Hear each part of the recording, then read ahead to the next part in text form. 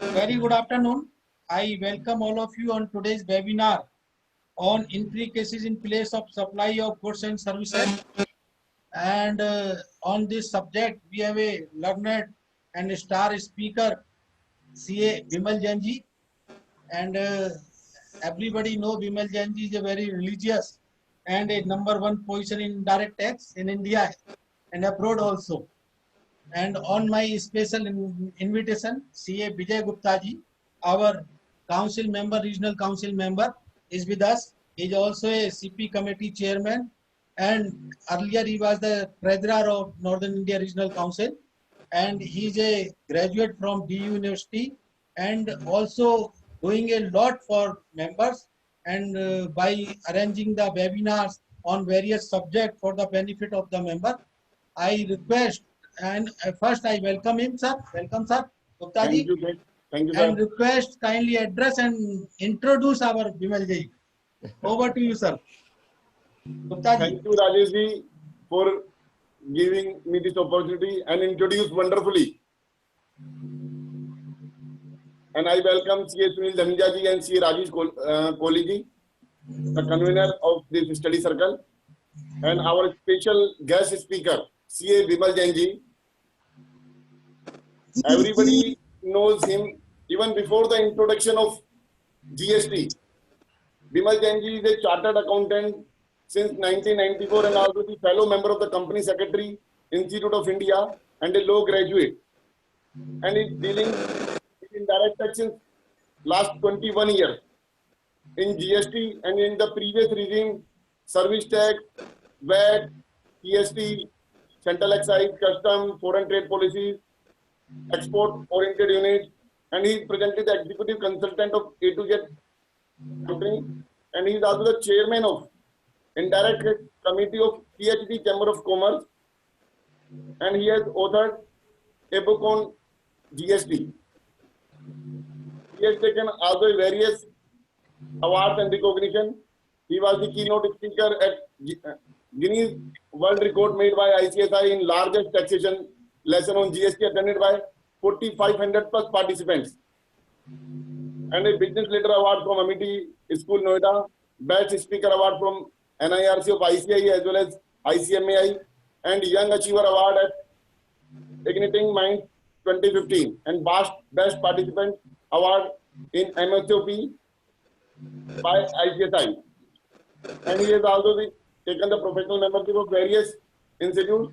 So his profile is very lengthy. I have just read the only few points.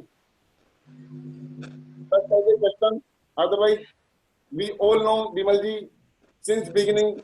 I qualified in CA 2003. So now I request CA Rajesh Agarwal ji to please proceed further. Thank you, Gupta ji. Without taking too much time of the audience, and straight away I request our Guruji in indirect test, Bimal Jain ji. Sir, over to you, sir. I also welcome Mudit Jain ji, sir. At the outset, let me thanks Sri Rajesh ji. He's very kind enough, always with the kind word, polite word, with so much of high word about me. I'm thankful to him and to all the managing committee members of this esteemed study circle. And I also thank CA Vijay Kumar ji, who is a guest today, and he has introduced me before all the participants. Thanking all the participants who are taking out their time and joining this webinar on an important topic of place of supply for goods and services. आवाज दिक्कत कर रही है, I think. Am I audible to all? Right now, sir. Yes, Okay. yes, audible, sir. Okay. Now मैं आज अपना जो deliberation रखूंगा आपके सामने, मैं इंश्योर करूंगा कि आपको ये डेलिब्रेशन अच्छा लगे, and you must really get something good which you're looking from place of supply, either for goods or services. We will discuss import and export as well. तो मैं आपको इन्वॉल्व करना चाहूंगा, आप सभी पार्टिसिपेंट्स को इन्वॉल्व करना चाहूंगा. I will use Hindi English mix, जिससे आपको भी फायदा हो और आप भी मेरे साथ इंटरैक्ट कर पाए. ऑब्जेक्टिव ये होता है कि 2 घंटे जब हम साथ बैठे हैं तो कुछ अच्छा करें। कुछ अच्छा करने का मतलब ये होता है कि मैं जो यहाँ से दूं वो आप ले पाए, और जो आप वहां से दें मैं दोनों हाथों से ले पाऊं, जिससे हम दोनों एक दूसरे को आदान प्रदान करें, गिव एंड टेक करें। टॉपिक प्लेस ऑफ सप्लाई है। मैंने 6-7 केस स्टडीज अपने माइंड में फिट कर लिए हैं कि आज 6-7 case study, practical case studies हम करेंगे और समझने की कोशिश करेंगे प्लेस ऑफ सप्लाई जो जीएसटी में है ये है क्या, और इसमें कंफ्यूजन कहां कहां पे है, और आप इसे अपने प्रैक्टिस में कैसे यूज कर सकते हैं। हो सकता है आप में से कई पार्टिसिपेंट्स ऐसे हों जो जीएसटी की प्रैक्टिस बहुत ज्यादा नहीं करते, लेकिन फिर भी आपने आज रजिस्ट्रेशन कराया हुआ है और आप सुनने के लिए बैठे हुए हैं। कई बार ऐसा होता है जब हम जीएसटी की प्रैक्टिस नहीं करते और डेलिब्रेशन स्टार्ट होता है तो 10-15 मिनट में हमारी आशाएं खत्म हो जाती हैं। बोले नहीं यार मेरी समझ में नहीं आएगा, मेरे ऑफिस में कोमल है, कोमल देख लेगी। सब हम कोमल पे छोड़ देते हैं, वो बेचारी कोमल ही सुन रही होती है और कोमल ही रिटर्न भर रही होती है।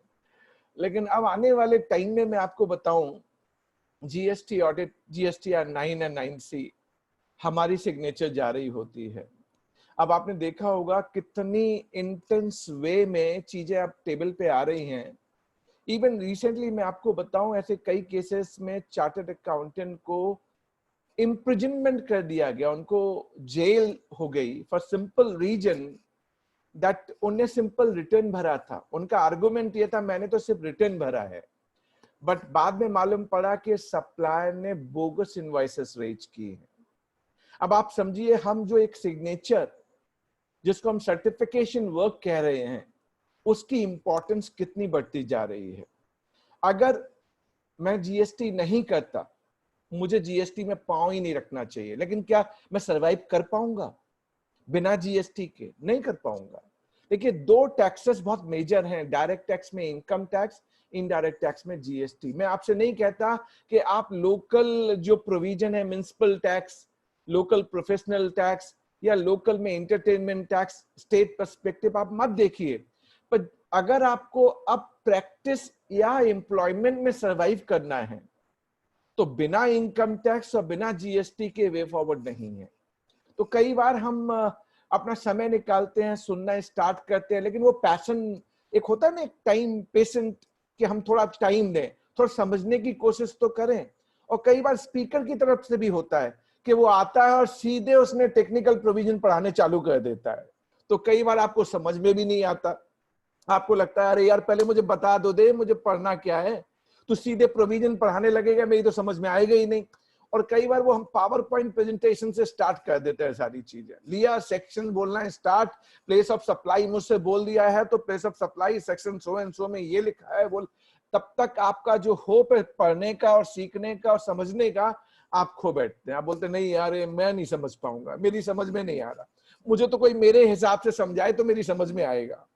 तो मैं कोशिश करूंगा आज मैं आपको आपकी तरह, आपकी समझ के हिसाब से आपको समझा सकूं, लेकिन इसके लिए मुझे आपका साथ चाहिए होगा ना। क्या साथ चाहिए मुझे? आपका चैट बॉक्स आपके पास अवेलेबल है। चैट बॉक्स में जब मैं आपसे क्वेश्चन पूछूं आप उसका आंसर दीजिए। आपके कोई क्वेश्चन हो, जब मैं कोई भी टॉपिक डिलीवर कर रहा हूं और आपके कोई क्वेश्चन हो, बेधड़क बिंदास पूछिए, जिससे कम से कम ये तो होगा कि आप मेरे से इंटरेक्ट कर रहे हैं। अब जब मैंने ये कह दिया तो अब हमें स्टार्ट करना है। टॉपिक जो है वो आपको मालूम है। अब मैं आप लोगों से एक चीज और चाहूंगा, आज जब मेरी प्रेजेंटेशन खत्म होगी तो बहुत से लोग चाहते हैं हम बिमल जी से इंटरेक्ट भी करें, बात भी करें, बिमल जी का नंबर मिल जाए तो बहुत अच्छा हो। तो मेरी रिक्वेस्ट आपसे होगी, मैं आपको अपना मोबाइल नंबर दूंगा, लेकिन वो मोबाइल नंबर किस लिए होगा मालूम है? आज आप बैठ के एक पेपर और पेन लीजिए और नोट बनाइएगा जो आपको समझ में आए। थोड़ा हम जब स्टडी सर्कल में कोई भी एक टॉपिक पे डिस्कशन कर रहे हैं तो कुछ नोटिंग कीजिए, जितना आप नोट कर सकते हैं। मैं ये नहीं कह रहा कि आप स्टूडेंट बन जाइए, आप सब लर्नड हैं, लेकिन जब हम कहीं कुछ सीखने के लिए बैठे ना तो बाकी स्टूडेंट बन जाना चाहिए, तभी हम सीख पाएंगे, अदरवाइज नहीं सीख पाएंगे। तो आप एक पेपर और पेन लीजिए, वो सारी चीज नोट कीजिएगा जो मैंने आपसे कही, और करने के बाद लास्ट में मैं अपना मोबाइल नंबर शेयर करूंगा। आप सब मुझे व्हाट्सएप कीजिएगा, मैं देखूं तो सही आज के पार्टिसिपेंट्स में कौन सा ऐसा पार्टिसिपेंट्स था जिसने वाकई अच्छी तरीके से चीजों को समझा, नोट किया। और इससे फायदा क्या होगा मालूम है? आपके माइंड में जो डाउट है और जो क्लैरिटी इमर्ज होगी समझने के बाद, क्योंकि जब हम अपने हाथ से कोई चीज बनाते हैं ना और लिखते हैं, वो यहाँ छप जाती है। ऐसा ही हमने अपनी पढ़ाई के टाइम पे देखा है। जब हम सीए के एग्जाम में स्टडी करते थे, कई बार कई चीजें हमने एकदम इंटेंस होके पढ़ी, वो आज तक रजिस्टर्ड है, अभी तक माइंड से बाहर नहीं निकली है। तो आप थोड़ा सा मेरा साथ दीजिए और हम दोनों मिलके एक साथ एक ही तरह से सबका साथ सबका विकास तो हम सब मिलके करेंगे।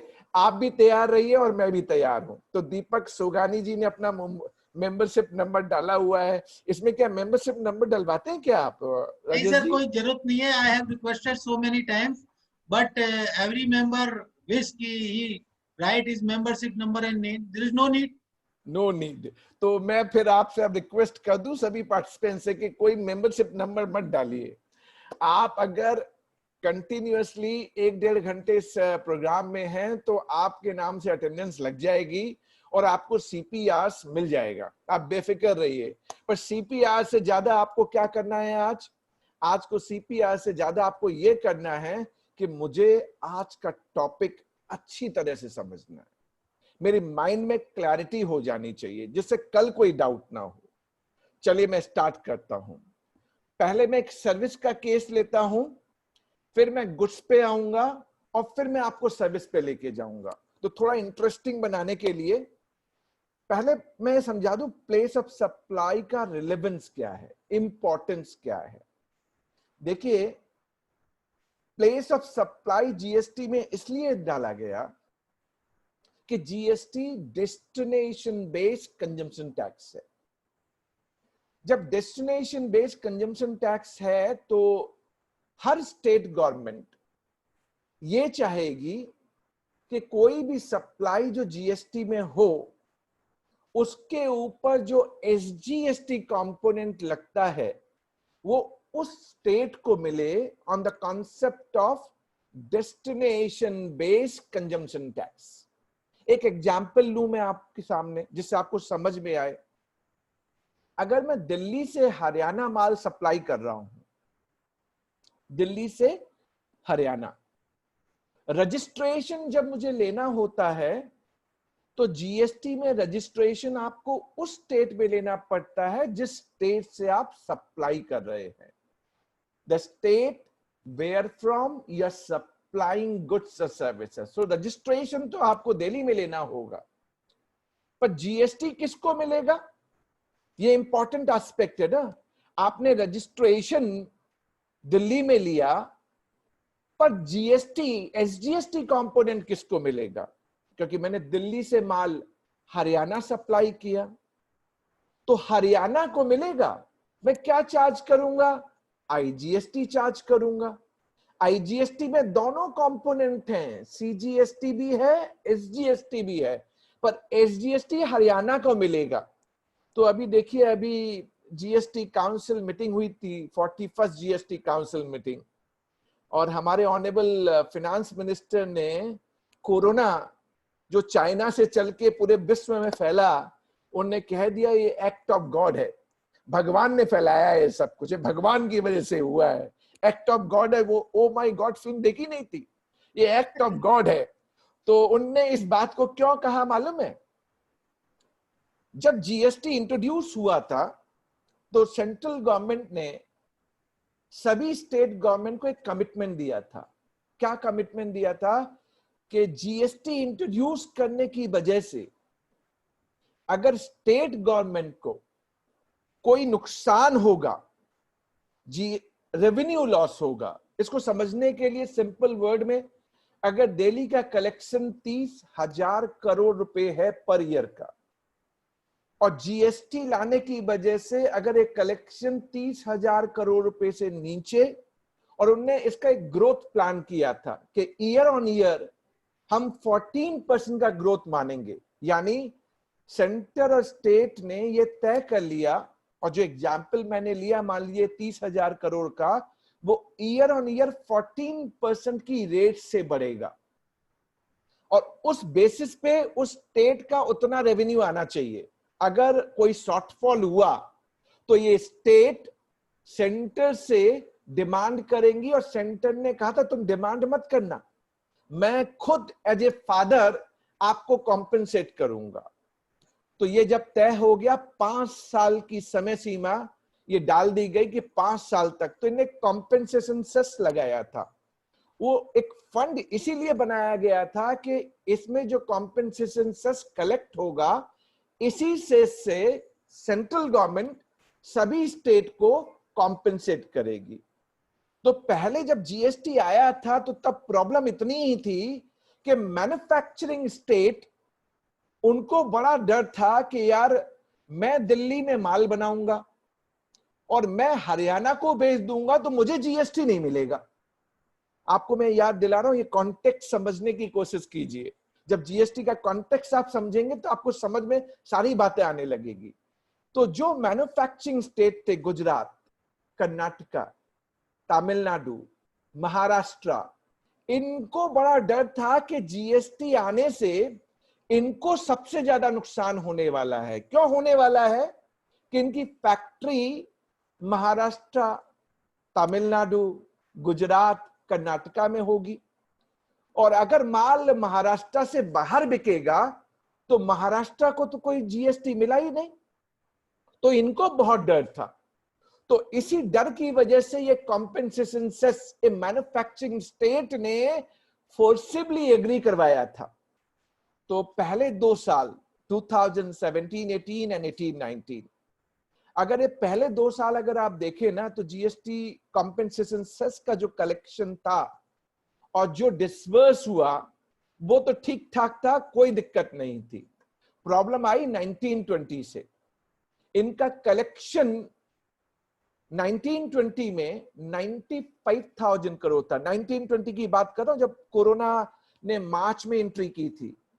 95,000 करोड़ था और 1,65,000 करोड़ रुपए कॉम्पेंसेशन सेस के अकाउंट पे कॉम्पेंसेट करने पड़े। यानी पहले साल ही अराउंड 90,000 करोड़ का शॉर्टफॉल 1920 में। अब वहां से सारा डिबेट स्टार्ट। और कॉम्पेंसेशन सेस किन स्टेट को दिए गए मालूम है? अपार्ट फ्रॉम मैन्युफैक्चरिंग स्टेट, ऐसे भी स्टेट थे जो सिर्फ कंज्यूमिंग स्टेट थे, जहां उनके पास कलेक्शन बढ़ना चाहिए था, उनको भी कॉम्पेंसेट करना पड़ा। अब सेंट्रल के लिए प्रॉब्लम आ गई, जिसके लिए 41st GST council meeting held हुई, और उसमें यह बताया गया 2,35,000 करोड़ का शॉर्टफॉल होगा। अब सेंटर प्ले कर रही है 2 ग्राउंड पे। भैया, कोविड-19 एक्ट ऑफ गॉड है। जो 14% का ग्रोथ मैंने आपको प्रॉमिस किया था, मैं नहीं कर पाऊंगा। एक ना टैक्स इंडिया ऑनलाइन पे एक डिबेट स्टार्ट हुई थी। मैंने 2 दिन पहले उस पैनल में पार्टिसिपेट किया था, जिसमें पास चेयरपर्सन सीबीआईसी नजीब साहब भी आए थे और कई लर्नेड मिस्टर वी के गर्ग भी थे। उसमें मैंने पार्टिसिपेट एज ए पैनलिस्ट किया था। तो उस दौरान हमने 2 बातें डिस्कस बहुत ब्रॉडली की थी। और ये कॉन्सेप्ट मैं क्यों बता रहा हूं, इसी बताने के लिए कि प्लेस ऑफ सप्लाई का इंपॉर्टेंस है क्या। प्लेस ऑफ सप्लाई मतलब जिसमें हम ये आइडेंटिफाई कर पाए कि मेरा गुड्स एंड सर्विसेज कहां पे कंज्यूम हुए। एक बायलॉज बनाया गया, कहां कंज्यूम हुए। तो जब डिस्कशन हुआ, जो कॉम्पेंसेशन सेस पे मैं कह रहा था, तो हमने 2 बातें डिस्कस की। एक बात हमने डिस्कस ये की, क्या 14% जो हमने प्रॉमिस, सेंटर ने प्रॉमिस किया था, उसको हम चेंज कर सकते हैं? पहला पार्ट ये था कि क्या हम 14% की ग्रोथ जो प्रॉमिस की गई थी उसे चेंज कर सकते हैं? सेंटर ने स्टेट से कहा है कि please, corona is an act of God. हमने तो जो तय किया था वो तब तय किया था जब कोई एक्ट ऑफ गॉड बीच में नहीं आएगा। अब तो ये कोरोना आ गया है भैया, ये एक्ट ऑफ गॉड है, 14% हम नहीं दे पाएंगे, पहली बात। और दूसरी बात, जो शॉर्टफॉल है 2,35,000 करोड़ का, अब इसकी बोरिंग, क्योंकि स्टेट तो बोल रही आपको देना पड़ेगा, सेंटर अगर विड्रॉ कर लेगी तो जीएसटी तो गया, फिर तो हम पुराने वैट रेजिम में पहुंच जाएंगे, सारे स्टेट अपने हिसाब से फिर चालू। तो ऐसा तो कोई नहीं चाहेगा, सेंटर भी नहीं चाहेगा। अब बोरोइंग कौन करे, बोरोइंग सेंटर करे या स्टेट करे, तो ये डिस्कशन अभी चल रहा है। ओवरऑल लगता मुझे ये है कि सेंटर को बोरोइंग करनी पड़ेगी, स्टेट बोरोइंग नहीं करेंगे। जो नॉन बीजेपी रूल स्टेट हैं उनने कैटेगरिकली मना कर दिया है कि हम बोरोइंग नहीं करेंगे। और बोरोइंग करने के बाद जब डेट पे करना पड़ेगा, डेट, तो इनने ये प्लान किया है कि जो कॉम्पेंसेशन सेस 5 साल में खत्म होना था उसको बढ़ा दिया जाएगा टाइम पीरियड, और वहां जो कलेक्शन होगा उससे डेट का पेमेंट, इंटरेस्ट का पेमेंट होगा। This is what the way forward. पर मैंने आपको ये बताया क्यों, मैंने ये इंपॉर्टेंस बताने के लिए बताया कि देखिए प्लेस ऑफ सप्लाई जीएसटी में इसलिए डाला गया कि हम ये आइडेंटिफाई कर पाए कि गुड्स एंड सर्विसेज मेरे कहां पे कंज्यूम हुए। मैंने गुजरात में मैन्युफैक्चरिंग की, पर अगर मैंने त्रिपुरा को माल बेचा, त्रिपुरा को एसजीएसटी मिलेगा, आईजीएसटी लगेगा, पर उसका एसजीएसटी कंपोनेंट त्रिपुरा को मिलेगा, गुजरात को ठेंगा। उसी के लिए कॉम्पेंसेशन सेस था। Try to understand the background जो मैंने आपको दिया।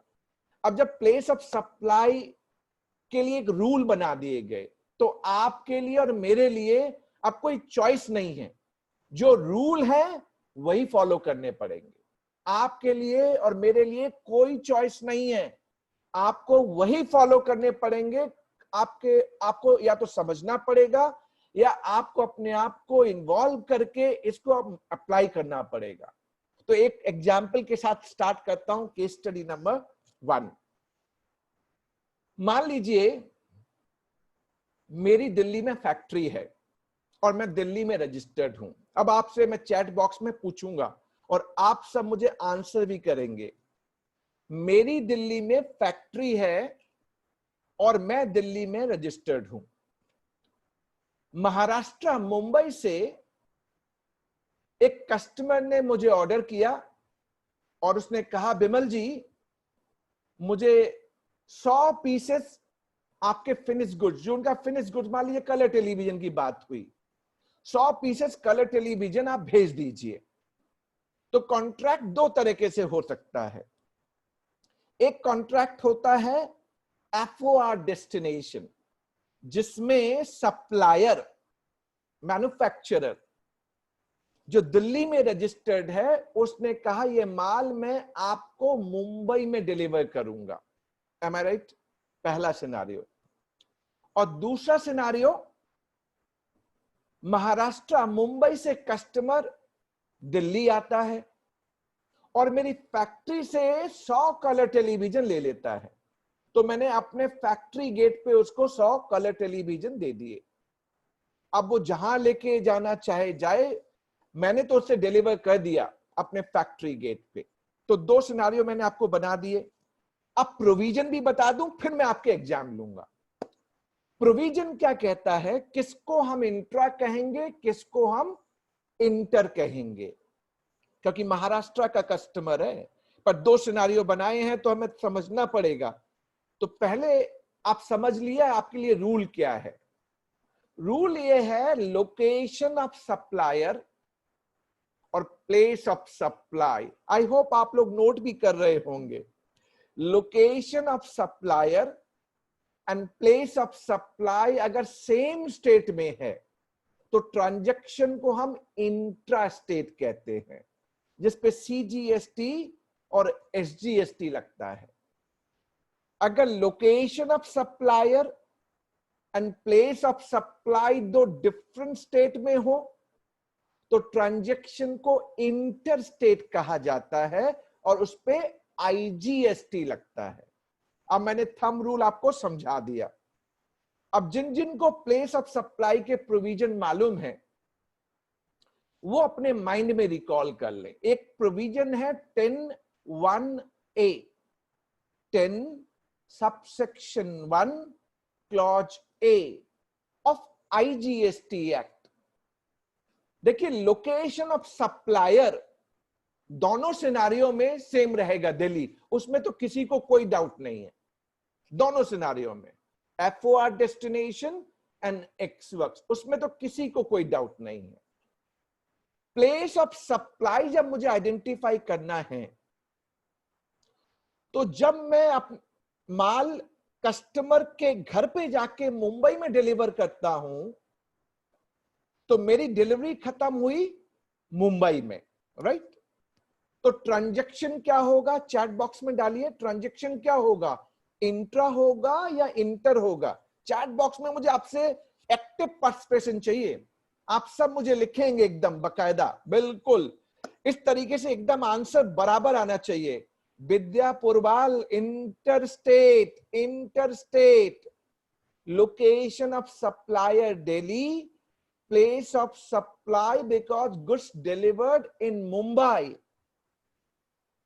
So that is interstate supply, interstate supply. So कोई confusion नहीं होना चाहिए, IGST लगेगा, ठीक है नेहा? अब थोड़ा इंटरेस्टिंग करते हैं इसको। तो जो FOR डेस्टिनेशन था उस पे मैंने IGST लगाया, यानी SGST component of IGST Maharashtra को मिल गया ना, मिल गया ना? GST is a destination based consumption tax. आपको ये फंडामेंटल समझ में आ गया? देखिए, इसीलिए प्लेस ऑफ सप्लाई इस तरीके से बनाया गया। अब दूसरा पार्ट करते हैं इसको। जो एक्सवर्क्स था, मुंबई से चल के कस्टमर मेरी फैक्ट्री में आया दिल्ली में, और दिल्ली फैक्ट्री में मैंने 100 कलर टेलीविजन लोड करके उसको फैक्ट्री गेट पे दे दिए। अब location of supplier Bimal Jain Delhi रहेगा, इसमें तो कोई डाउट नहीं है। प्लेस ऑफ सप्लाई क्या होगा? तो आप लोग जो पार्टिसिपेंट्स हैं उनके माइंड में अब बातें मूव हो रही होंगी, अरे बिमल ने तो माल दिल्ली में ही दे दिया, ट्रांजैक्शन तो इंट्रा स्टेट होनी चाहिए। और कुछ लोग इसे इंटर मानने की कोशिश करेंगे। तो मैं चैट बॉक्स में पहले समझ लूं आप लोगों से, कितने लोग मानते हैं ये इंट्रा स्टेट है और कितने लोग मानते हैं ये इंटर स्टेट है? बताइए चैट बॉक्स में, मैं देखूं तो सही। ओके ओके ओके, चलिए चलिए, ओके ओके। दीपक जी हैं, उनने से इंट्रा स्टेट कह दिया। अब सपना जैन है, वो इंटर कहती हैं। तो कई तरह के लोग हैं, कई तरह की, दोनों तरह की बातें आ गई। मिक्स हो गया, मिक्स हो गया ना? तो मिक्स हो गया तो अब आपको मेरे ऊपर छोड़ना पड़ेगा। फाइनल डिसीजन मेरे ऊपर रहेगा। तो आप लोग आज एक थंब रूल याद करेंगे, थंब रूल। और ये थंब रूल कभी भूलना नहीं है आपको। पहले आप नोट कीजिए section 10 subsection 1 clause A of IGST act, note कर लीजिए, जिससे कल आप जब अपना नोट खुद देखेंगे तो आपको हेल्प करेगा। कल आपकी हेल्प खुद करेगा, मेरे को कुछ बोलने की जरूरत नहीं पड़ेगी, आपको मुझसे पूछना भी नहीं है, और किसी GST कंसल्टेंट से नहीं पूछना है, आप GST कंसल्टेंट होंगे। ये ट्रांजैक्शन इंटरस्टेट होगी, पहले मैंने आपको आंसर दे दिया, ये ट्रांजैक्शन इंटरस्टेट होगी। अब क्यों होगी, इसको जस्टिफाई करना जरूरी है, जस्टिफाई करते हैं, कोई इशू नहीं। जिनने इंटरस्टेट कहा उनके लिए तालियां, और जिनने इंट्रास्टेट कहा उनके लिए डबल तालियां, क्योंकि वो सीख जाएंगे आज। तो अब सुनिए क्यों इंटरस्टेट होगा, सुनिए। 10(1)(a) बोलता है, और ठीक से सुनना है, ध्यान से सुनना है, where supply involves movement of goods. Movement तो है, FOR के केस में सप्लायर ने ट्रांसपोर्टर एंगेज किया होगा और माल दिल्ली से मुंबई भेजा होगा। और सेकंड केस में भी, एक्सवर्क्स केस में भी, ये माल कहीं तो जाएगा। मैंने फैक्ट्री गेट पे दे दिया है, बट सेकंड केस में होगा क्या, जो मेरा बायर है महाराष्ट्र वाला, वो ट्रांसपोर्टर एंगेज करेगा और माल को दिल्ली से मुंबई लेके जाएगा। तो दोनों में बस फर्क इतना था, पहले केस में सप्लायर ट्रांसपोर्टर को एंगेज कर रहा था, सेकंड केस में कस्टमर एंगेज कर रहा है, पर माल supply involves movement of goods.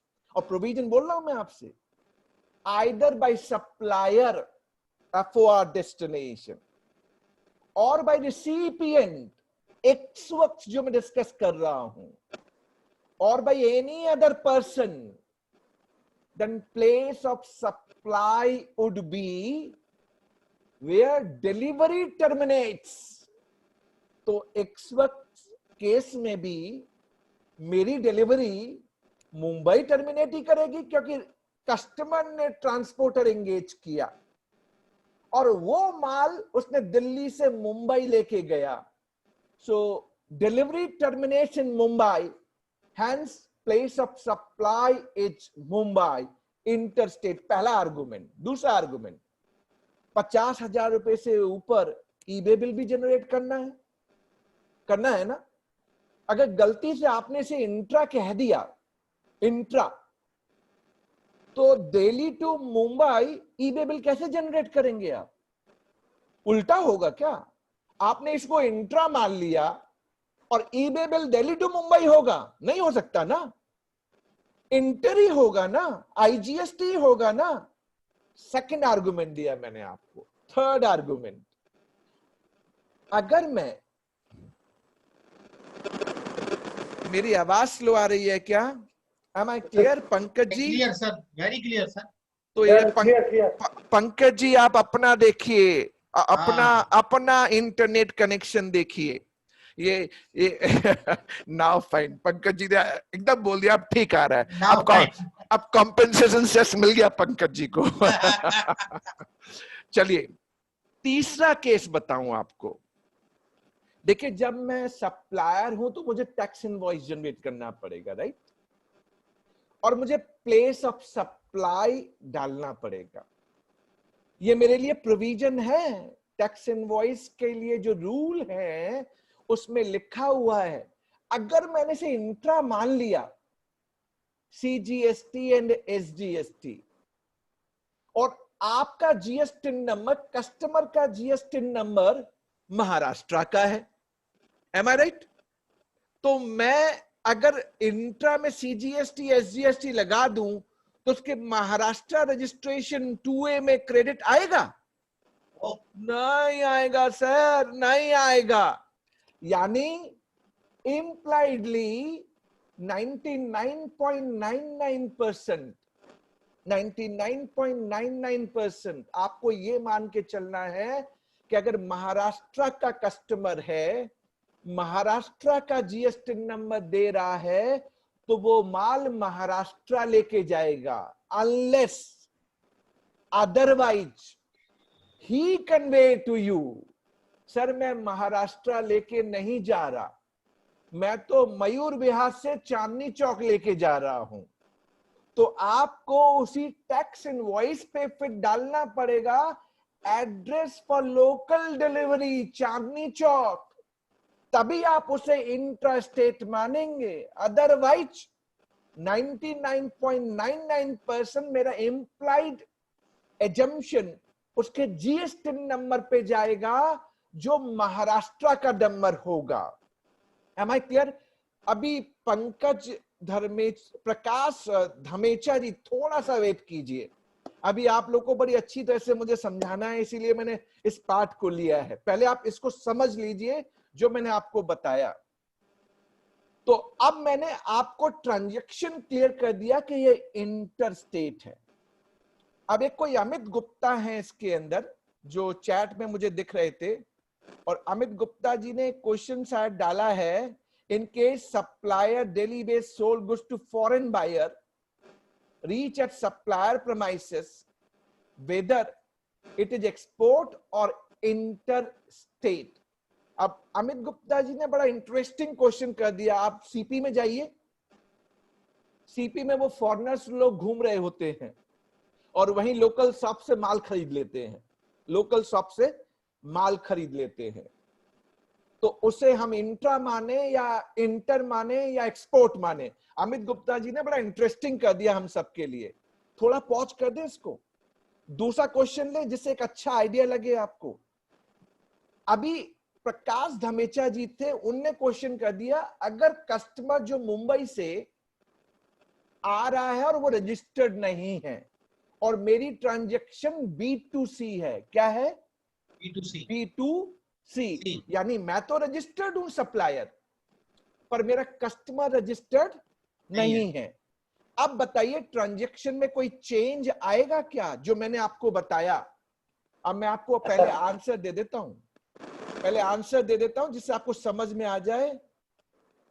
मान लीजिए महाराष्ट्र में किसी कस्टमर है जो रजिस्टर्ड नहीं है, तो कस्टमर नहीं कहते, रजिस्टर्ड, अनरजिस्टर्ड कस्टमर है। वो चांदनी चौक साड़ी खरीदने के लिए आया, साड़ी खरीदनी थी उसको। उसे मालूम पड़ा कि चांदनी चौक में डिजाइनर साड़ियां बिकती हैं। अब चांदनी चौक से उसने 5-5 लाख की 10 साड़ियां ली, शादी होने वाली थी महाराष्ट्र में। अब किसी को ज्यादा लगे तो 2 लाख कर लीजिएगा, निगोशिएट कर लेते, 1 लाख की कर लेते हैं। राजीव कोहली जी हंसने लगे कि 5 लाख की साड़ियां तो मैं आज तक लेके नहीं आया। सर ने 5 लाख का एग्जाम्पल कैसे डाल दिया? 1 लाख की मान लेते, चलिए 1 लाख की 10 साड़ियां ली, तो 10 लाख की साड़ियां ले ली, 10 लाख की साड़ियां खरीद ली। अब मेरी शॉप पे आया था खरीदने के लिए, अब मुझे बिल फाड़ना है, तो मैं क्या कर रहा हूं मालूम है?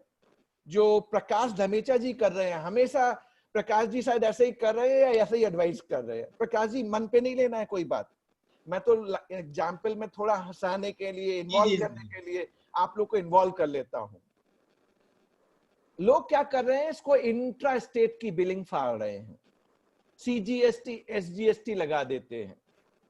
अगर CGST SGST लगा दिया तो पहले आप समझिए ये SGST चला गया अरविंद केजरीवाल जी को, चला गया ना? चला गया।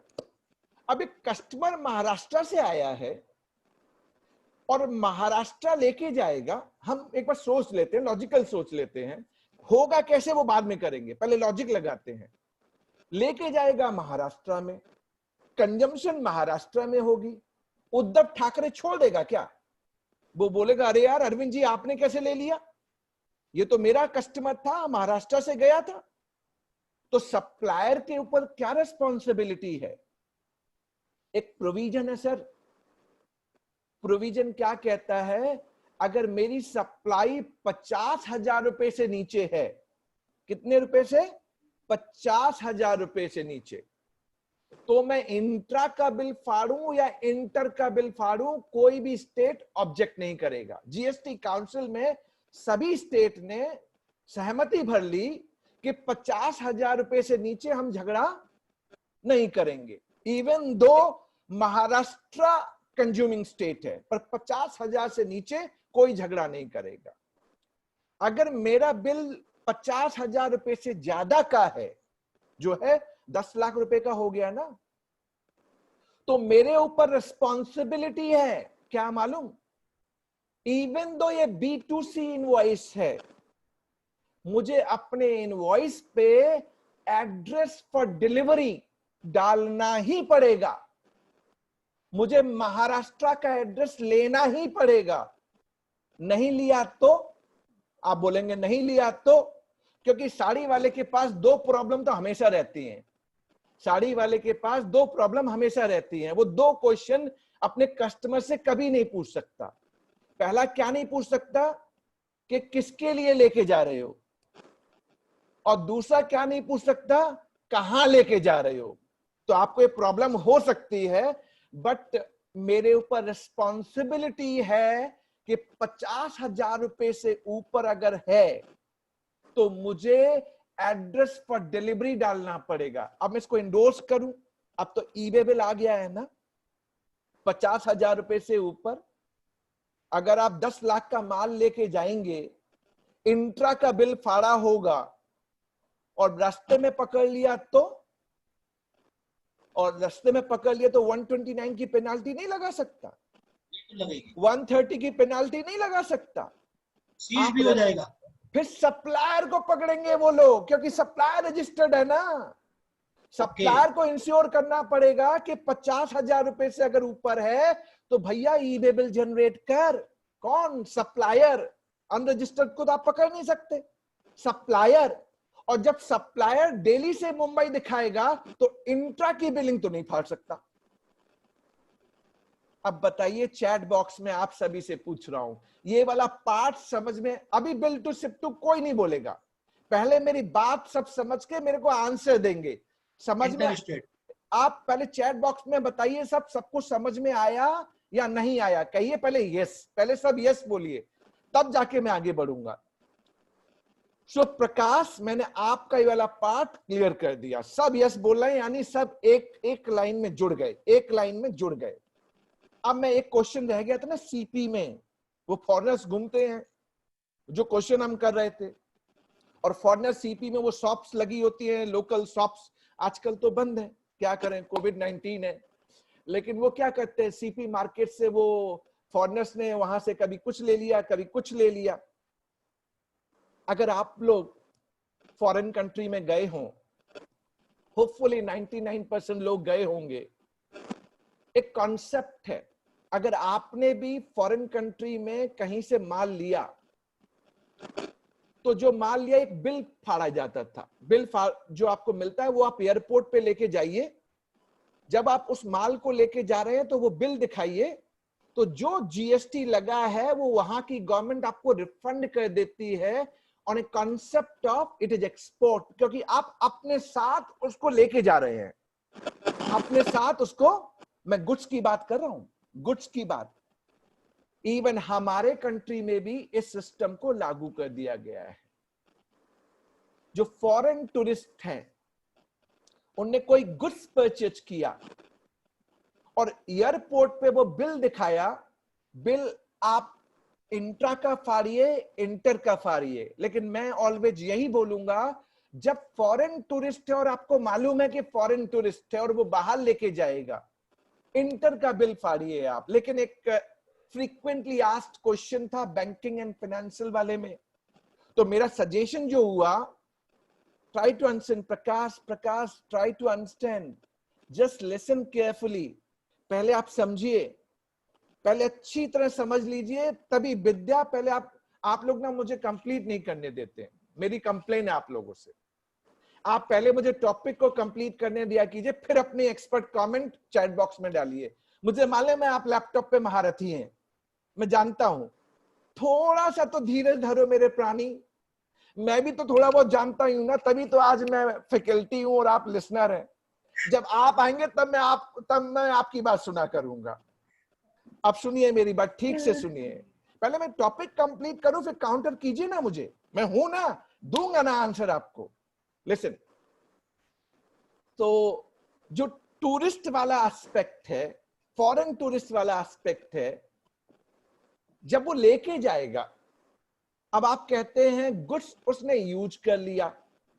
गुड्स कौन सा हो सकता है यूज करने वाला? लॉलीपॉप लिया होगा तो वो खा लिया होगा, इंडिया में खा लिया होगा। अब उसकी तो चेकिंग ना आप कर पाएंगे ना मैं कर पाऊंगा। एक कॉन्सेप्ट है सर्विस का, आपको याद है सर्विस का कॉन्सेप्ट? फॉरेन टूरिस्ट ले मेरिडियन होटल दिल्ली में आ जाए और ले मेरिडियन होटल दिल्ली में ठहरे, तो ले मेरिडियन होटल क्या चार्ज करेगा? CGST and SGST. क्यों चार्ज करेगा? सर्विस कंज्यूम्ड हो गई दिल्ली में, वो बाहर लेके नहीं जा पाया। अगर फॉरेन टूरिस्ट दिल्ली में आ जाए, ले मेरिडियन होटल में ठहरे, तो सर्विस दिल्ली में कंज्यूम्ड हो गई, तो इसका रिफंड नहीं मिलता। फॉरेन कंट्रीज भी नहीं देती, फॉरेन कंट्रीज भी सर्विसेज का रिफंड नहीं देती, ओनली गुड्स का रिफंड देते हैं। पहले कॉन्सेप्ट एकदम, क्योंकि वो goods purchase from Delhi now taken out to Germany, Australia, USA, goods के केस में रिफंड मिलता है। तो मैंने आपको कॉन्सेप्ट बताया, सर्विस को कंजम्पशन यही मान लिया गया, गुड्स के लिए मान लिया कि वो अपने साथ लेके जा रहा होगा। तो उसने कोई खाने का आइटम ले लिया, तो अब गवर्नमेंट के पास दो चैलेंजेस हैं कि फॉरेन टूरिस्ट को रिफंड कैसे दिया जाए, और अगर गुड्स जो कंजम्पशन बेसिस पे, जिसको कंज्यूम किया जा सकता है, उस पे रिफंड मिले या ना मिले। तो क्या होना चाहिए प्रकाश? रूल्स आने चाहिए, क्लैरिटी आनी चाहिए, और फॉरेन टूरिस्ट को कमिट किया गया है, प्रोविजन है जीएसटी में, जीएसटी में प्रोविजन है कि फॉरेन टूरिस्ट को रिफंड मिलेगा, प्लीज। और एक और दूसरी चीज बताऊं, एक केस हुआ था, जब आप बाहर जाते हैं ना, इंडिया से बाहर, एक हम एयरपोर्ट पे हमारा जब इमिग्रेशन हो जाता है तो हमारे लिए एक शॉपिंग का एरिया खुल जाता है। अब वहां से शॉपिंग करके जब आप कोई माल लेके जाते हैं ना, तो उस पर डिस्प्यूट हो गया था कि क्या इसको एक्सपोर्ट माना जाए या जीएसटी लगेगा।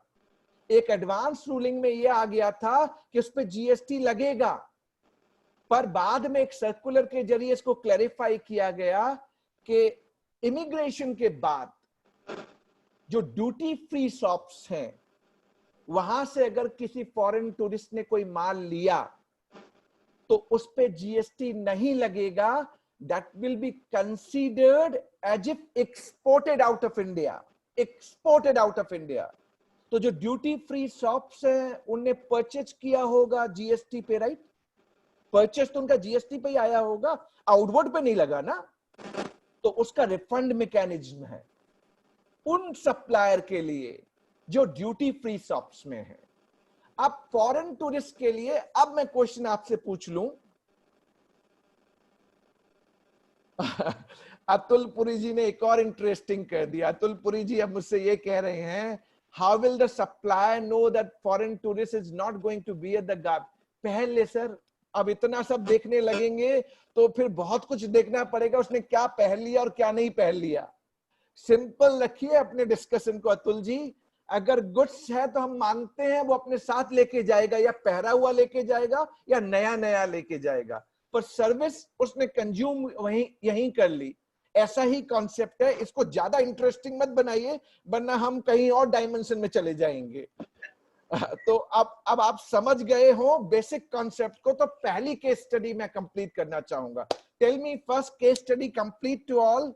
पहला जो ब्रॉडर कॉन्सेप्ट था वो समझ में आ गया या नहीं आ गया? से यस, चैट बॉक्स में यस चाहिए मुझे।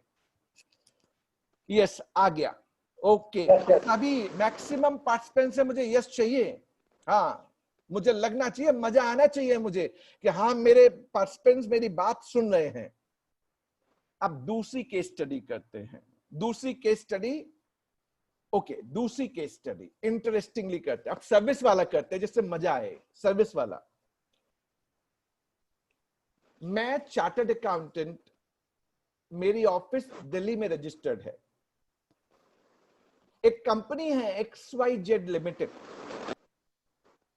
वो भी दिल्ली में रजिस्टर्ड है, दोनों दिल्ली में रजिस्टर्ड है।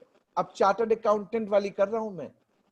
अब तो आपको कोई कंफ्यूजन नहीं होना चाहिए, पहले फैक्ट बता दूं फिर क्वेश्चंस पे डालूंगा मैं आपको। सीए दिल्ली रजिस्टर्ड है, सीए दिल्ली रजिस्टर्ड है, और XYZ लिमिटेड जो कंपनी है वो भी दिल्ली रजिस्टर्ड है। XYZ लिमिटेड ने बिमल जैन को स्टॉक ऑडिट करने के लिए असाइनमेंट दिया, और स्टॉक ऑडिट करनी थी। दो प्लांट लोकेशन है, एक मुंबई में और एक कोलकाता में। XYZ लिमिटेड के दो प्लांट लोकेशन है, Mumbai and Kolkata. XYZ limited Delhi ने कहा बिमल जी इन दो प्लांट की स्टॉक ऑडिट करवानी है, आप करके दे दो। तो एक कॉन्ट्रैक्ट हम दोनों के बीच साइन हो गया। तो मैं अभी बिमल जैन सप्लायर, आप सब XYZ लिमिटेड बन जाइए, XYZ लिमिटेड दिल्ली बन जाइए। अब आपके दो प्लांट है, एक मुंबई में और एक कोलकाता में, जिसकी मुझे स्टॉक ऑडिट करनी है। अब इस केस स्टडी में मैं 5 सब्जेक्ट मैटर इन्वॉल्व करूंगा: cross charge, ISD, place of supply, registration and input tax credit. यानी 5 सब्जेक्ट मैटर एक केस स्टडी के अंदर।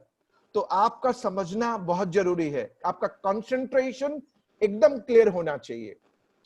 अब मैंने सिनारियो क्रिएट किए। पहला सिनारियो, बिमल जैन ने 4 लोगों की टीम बनाई और मुंबई प्लांट लोकेशन पे भेज दी और कोलकाता प्लांट लोकेशन पे भेज दी। उन्हें मुंबई एंड कोलकाता ऑडिट की और ऑडिट करके दिल्ली वापस आ गए और दिल्ली में मैंने रिपोर्ट कंपाइल की और क्लाइंट XYZ लिमिटेड दिल्ली को दे दी। अब मुझे इनवॉइस जनरेट करना है। Invoice Bimal Jain Delhi to XYZ limited. मैंने ऑडिट की है मुंबई एंड कोलकाता की, पर मुझे कॉन्ट्रैक्ट मिला था XYZ लिमिटेड दिल्ली से। आप लोग बताइए मुझे चैट बॉक्स पे, मेरी ट्रांजैक्शन इंट्रा स्टेट होगी या इंटर स्टेट होगी? प्लीज इंट्रा या इंटर? Okay okay okay.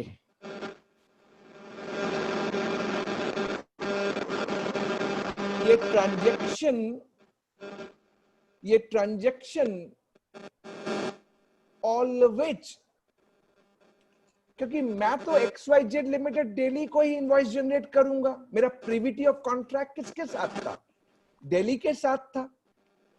मुझे मुंबई प्लांट या कोलकाता प्लांट ने इनवॉइस, मुझे कॉन्ट्रैक्ट नहीं दिया है, मुझे दिल्ली ने कॉन्ट्रैक्ट दिया है।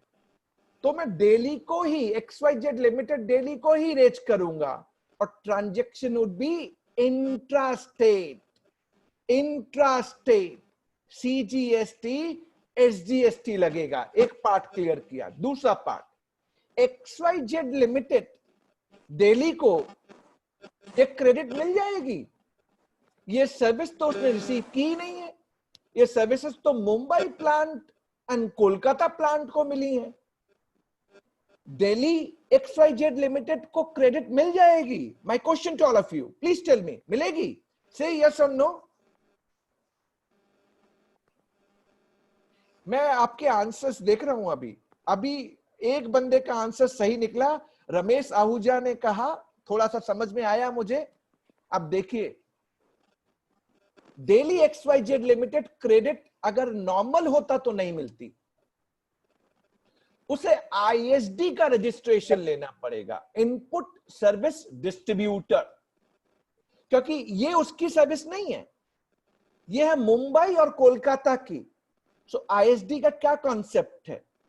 मेरी हेड ऑफिस है और मैं इनपुट सर्विसेज प्रोक्योर करता हूं for other recipient unit under same PAN number. I need to get myself registered as ISD, तभी मैं क्रेडिट लूंगा और फिर इस क्रेडिट को मैं Mumbai plant and Kolkata plant पे डिस्ट्रीब्यूट कर दूंगा। ये मेरा आंसर है अभी तक। अब एक एक करके स्टेप्स बढ़ेंगे जिससे समझ में आ जाए, क्योंकि मैं क्रॉस चार्ज वर्सेस ISD भी आपको कराऊंगा। पहले आप समझ लीजिए। अमित जी सुन लो, if Mumbai Kolkata is not registered, cost. Prakash Dhamecha ji थोड़े लर्नेड है हमारे बीच में, और उनने कह दिया अगर मुंबई प्लांट और कोलकाता प्लांट रजिस्टर्ड नहीं है तो कॉस्ट कुछ नहीं हो सकता। आप रजिस्टर्ड नहीं है तो मैं आपके घर में जाके थोड़ी देके आऊंगा, नहीं मिलेगी, कुछ नहीं है, लॉस। पहले सुन लीजिए पहले अच्छी तरह से। अब मान लीजिए मैं दूसरा सिनारियो क्रिएट करूं, और प्रकाश ठीक से सुनना है आपको। सेकंड सिनारियो, मैंने 4 लोगों की टीम दिल्ली से नहीं भेजी। मैंने बोला यार दिल्ली से भेज, जाने का खर्च, होटल का खर्च, रहने का खर्च, कंजूस आदमी हूं, नहीं भेजा। मैंने क्या किया, मैंने अपनी मुंबई ऑफिस और कोलकाता की ऑफिस, मेरी ब्रांच थी वहां पे, मैंने उनसे कहा कि भैया तू मुंबई प्लांट की और कोलकाता प्लांट की ऑडिट कर दे। अब मेरा मुंबई ब्रांच और कोलकाता ब्रांच ने मुंबई प्लांट और कोलकाता प्लांट की ऑडिट कर दी। रिपोर्ट आ गई मेरे पास। मैंने रिपोर्ट कंपाइल की, XYZ लिमिटेड दिल्ली को दी, अपना इनवॉइस भी मैंने CGST SGST चार्ज किया पर अब एक ट्रांजैक्शन और करना है हमको। मुंबई ब्रांच और कोलकाता ब्रांच ने दिल्ली बिमल जैन के लिए जो सर्विस दी, क्योंकि मुंबई ब्रांच और कोलकाता ब्रांच को XYZ लिमिटेड से कुछ नहीं मिला था, ना तो दिल्ली ने दिया, ना मुंबई प्लांट, ना कोलकाता प्लांट ने। पर इनने मुंबई ब्रांच और कोलकाता ब्रांच ने जो सर्विस दिल्ली हेड ऑफिस को दी बिमल जैन, GST लगेगा? Is it cross charge? Supply of service between distinct person in the course of furtherance of business, even without consideration, लगेगा। This is called cross charge. This is called cross charge. अब ये लगाएंगे Mumbai to Delhi. विद्या, आपको एक बार में capture करना पड़ेगा। सी विद्या, मैंने क्या कहा, सुनो, ठीक से सुनो आप। मैंने ये कहा मुंबई ब्रांच ने मुंबई प्लांट की स्टॉक ऑडिट की, कोलकाता ब्रांच ने कोलकाता प्लांट की ऑडिट की। अब Mumbai branch and Kolkata branch मुझे रिपोर्ट भेज देंगे दिल्ली में, मैं कंपाइल करूंगा और फिर मैं XYZ लिमिटेड दिल्ली को दे दूंगा। यही मैंने कहा ना अभी कुछ देर पहले। अब जब करूंगा तो मैंने आपसे एक क्वेश्चन पूछा, क्या मुंबई ब्रांच ने या कोलकाता ब्रांच ने दिल्ली बिमल जैन एसोसिएट HO को कोई सर्विस दी? यही पूछा था मैंने। सप्लाई ऑफ सर्विस हुई थी, यही पूछा था। तो मैंने कहा बिल्कुल हुई थी। This is called supply of service between distinct person. Entry to schedule 1 even without consideration, cross charge. अब जब क्रॉस चार्ज हुआ, विद्या आपको अब समझ में आ गया होगा, तो ट्रांजैक्शन इंट्रा थी या इंटर थी? Mumbai to Delhi, Kolkata branch to Delhi, intra या इंटर? क्विकली बताइए, इंट्रा या इंटर? कोई डाउट नहीं होना चाहिए, इंटर। IGST लगेगा, बिमल जैन HO उसका क्रेडिट ले लेगा और उस क्रेडिट को CGST SGST के लिए यूटिलाइज करेगा। ऐसे ही होगा ना ट्रांजैक्शन, इसी तरीके से होगा। अब मैंने आपको एक चीज बता दी है, क्रॉस चार्ज वर्सेस ISD दोनों पार्ट मैंने इस एग्जांपल में आपको बताया। लोगों को बहुत डाउट है कि सर ISD का रजिस्ट्रेशन जरूरी है, मैं क्रॉस चार्ज कर दूं, XYZ लिमिटेड मुंबई प्लांट को या कोलकाता प्लांट को बिल रेज कर दे? ऐसे लोग कहते हैं, बहुत लोग कहते हैं। अब मैं आज आपको सिल्वर लाइनिंग गोल्डन प्रिंसिपल बता रहा हूं, नोट कर लीजिए। Cross charge is applicable when there is element of service, when there is element of service। Mumbai branch, Kolkata branch Bimal Jain की, उन्हें सर्विस दी थी ना, तभी क्रॉस चार्ज हुआ ना, तभी वो नॉर्मल रजिस्ट्रेशन लेगा ना। जो XYZ लिमिटेड दिल्ली था वो क्रॉस चार्ज नहीं कर सकता, नहीं कर सकता, क्योंकि वो सर्विस नहीं दे रहा है मुंबई प्लांट को और कोलकाता प्लांट को ना। XYZ limited Delhi only procuring common input services which is used by other recipient unit, and there is no element of service by XYZ limited HO, hence ISD registration। अगर आप इसको क्रॉस चार्ज में convert करना चाहते हैं तो magic मंत्रा दे दूं आपको, मैजिक मंत्रा। और क्यों चाहिए मैजिक मंत्रा, आपको बता दूं मैजिक मंत्रा क्यों चाहिए आपको। ISD में सिर्फ इनपुट सर्विस की क्रेडिट आप डिस्ट्रीब्यूट कर सकते हैं, इनपुट और कैपिटल गुड्स की क्रेडिट आप डिस्ट्रीब्यूट नहीं कर सकते। सो XYZ limited head office Delhi अगर रजिस्ट्रेशन लेता ISD रजिस्ट्रेशन, तो उसे इनपुट सर्विस के ऊपर क्रेडिट मिल जाती और वो डिस्ट्रीब्यूट कर सकता था। पर इनपुट और कैपिटल गुड्स नहीं मिलेगा, नहीं मिलेगा। अब आप इसे क्रॉस चार्ज कैसे बना सकते हैं? There has to be element of service. मैंने कहा ना, there has to be element of service. कैसे बनाएंगे? अगर Mumbai plant and Kolkata plant एक ऑर्डर प्लेस कर देता दिल्ली एचओ XYZ लिमिटेड को for getting stock audit done with other legal and other incidental compliances. मैंने एक वर्ड यूज किया, अगर Mumbai plant and Kolkata plant अगर एक ऑर्डर प्लेस कर देता, just give me a minute only, just 1 minute only, 1 minute only. Yes,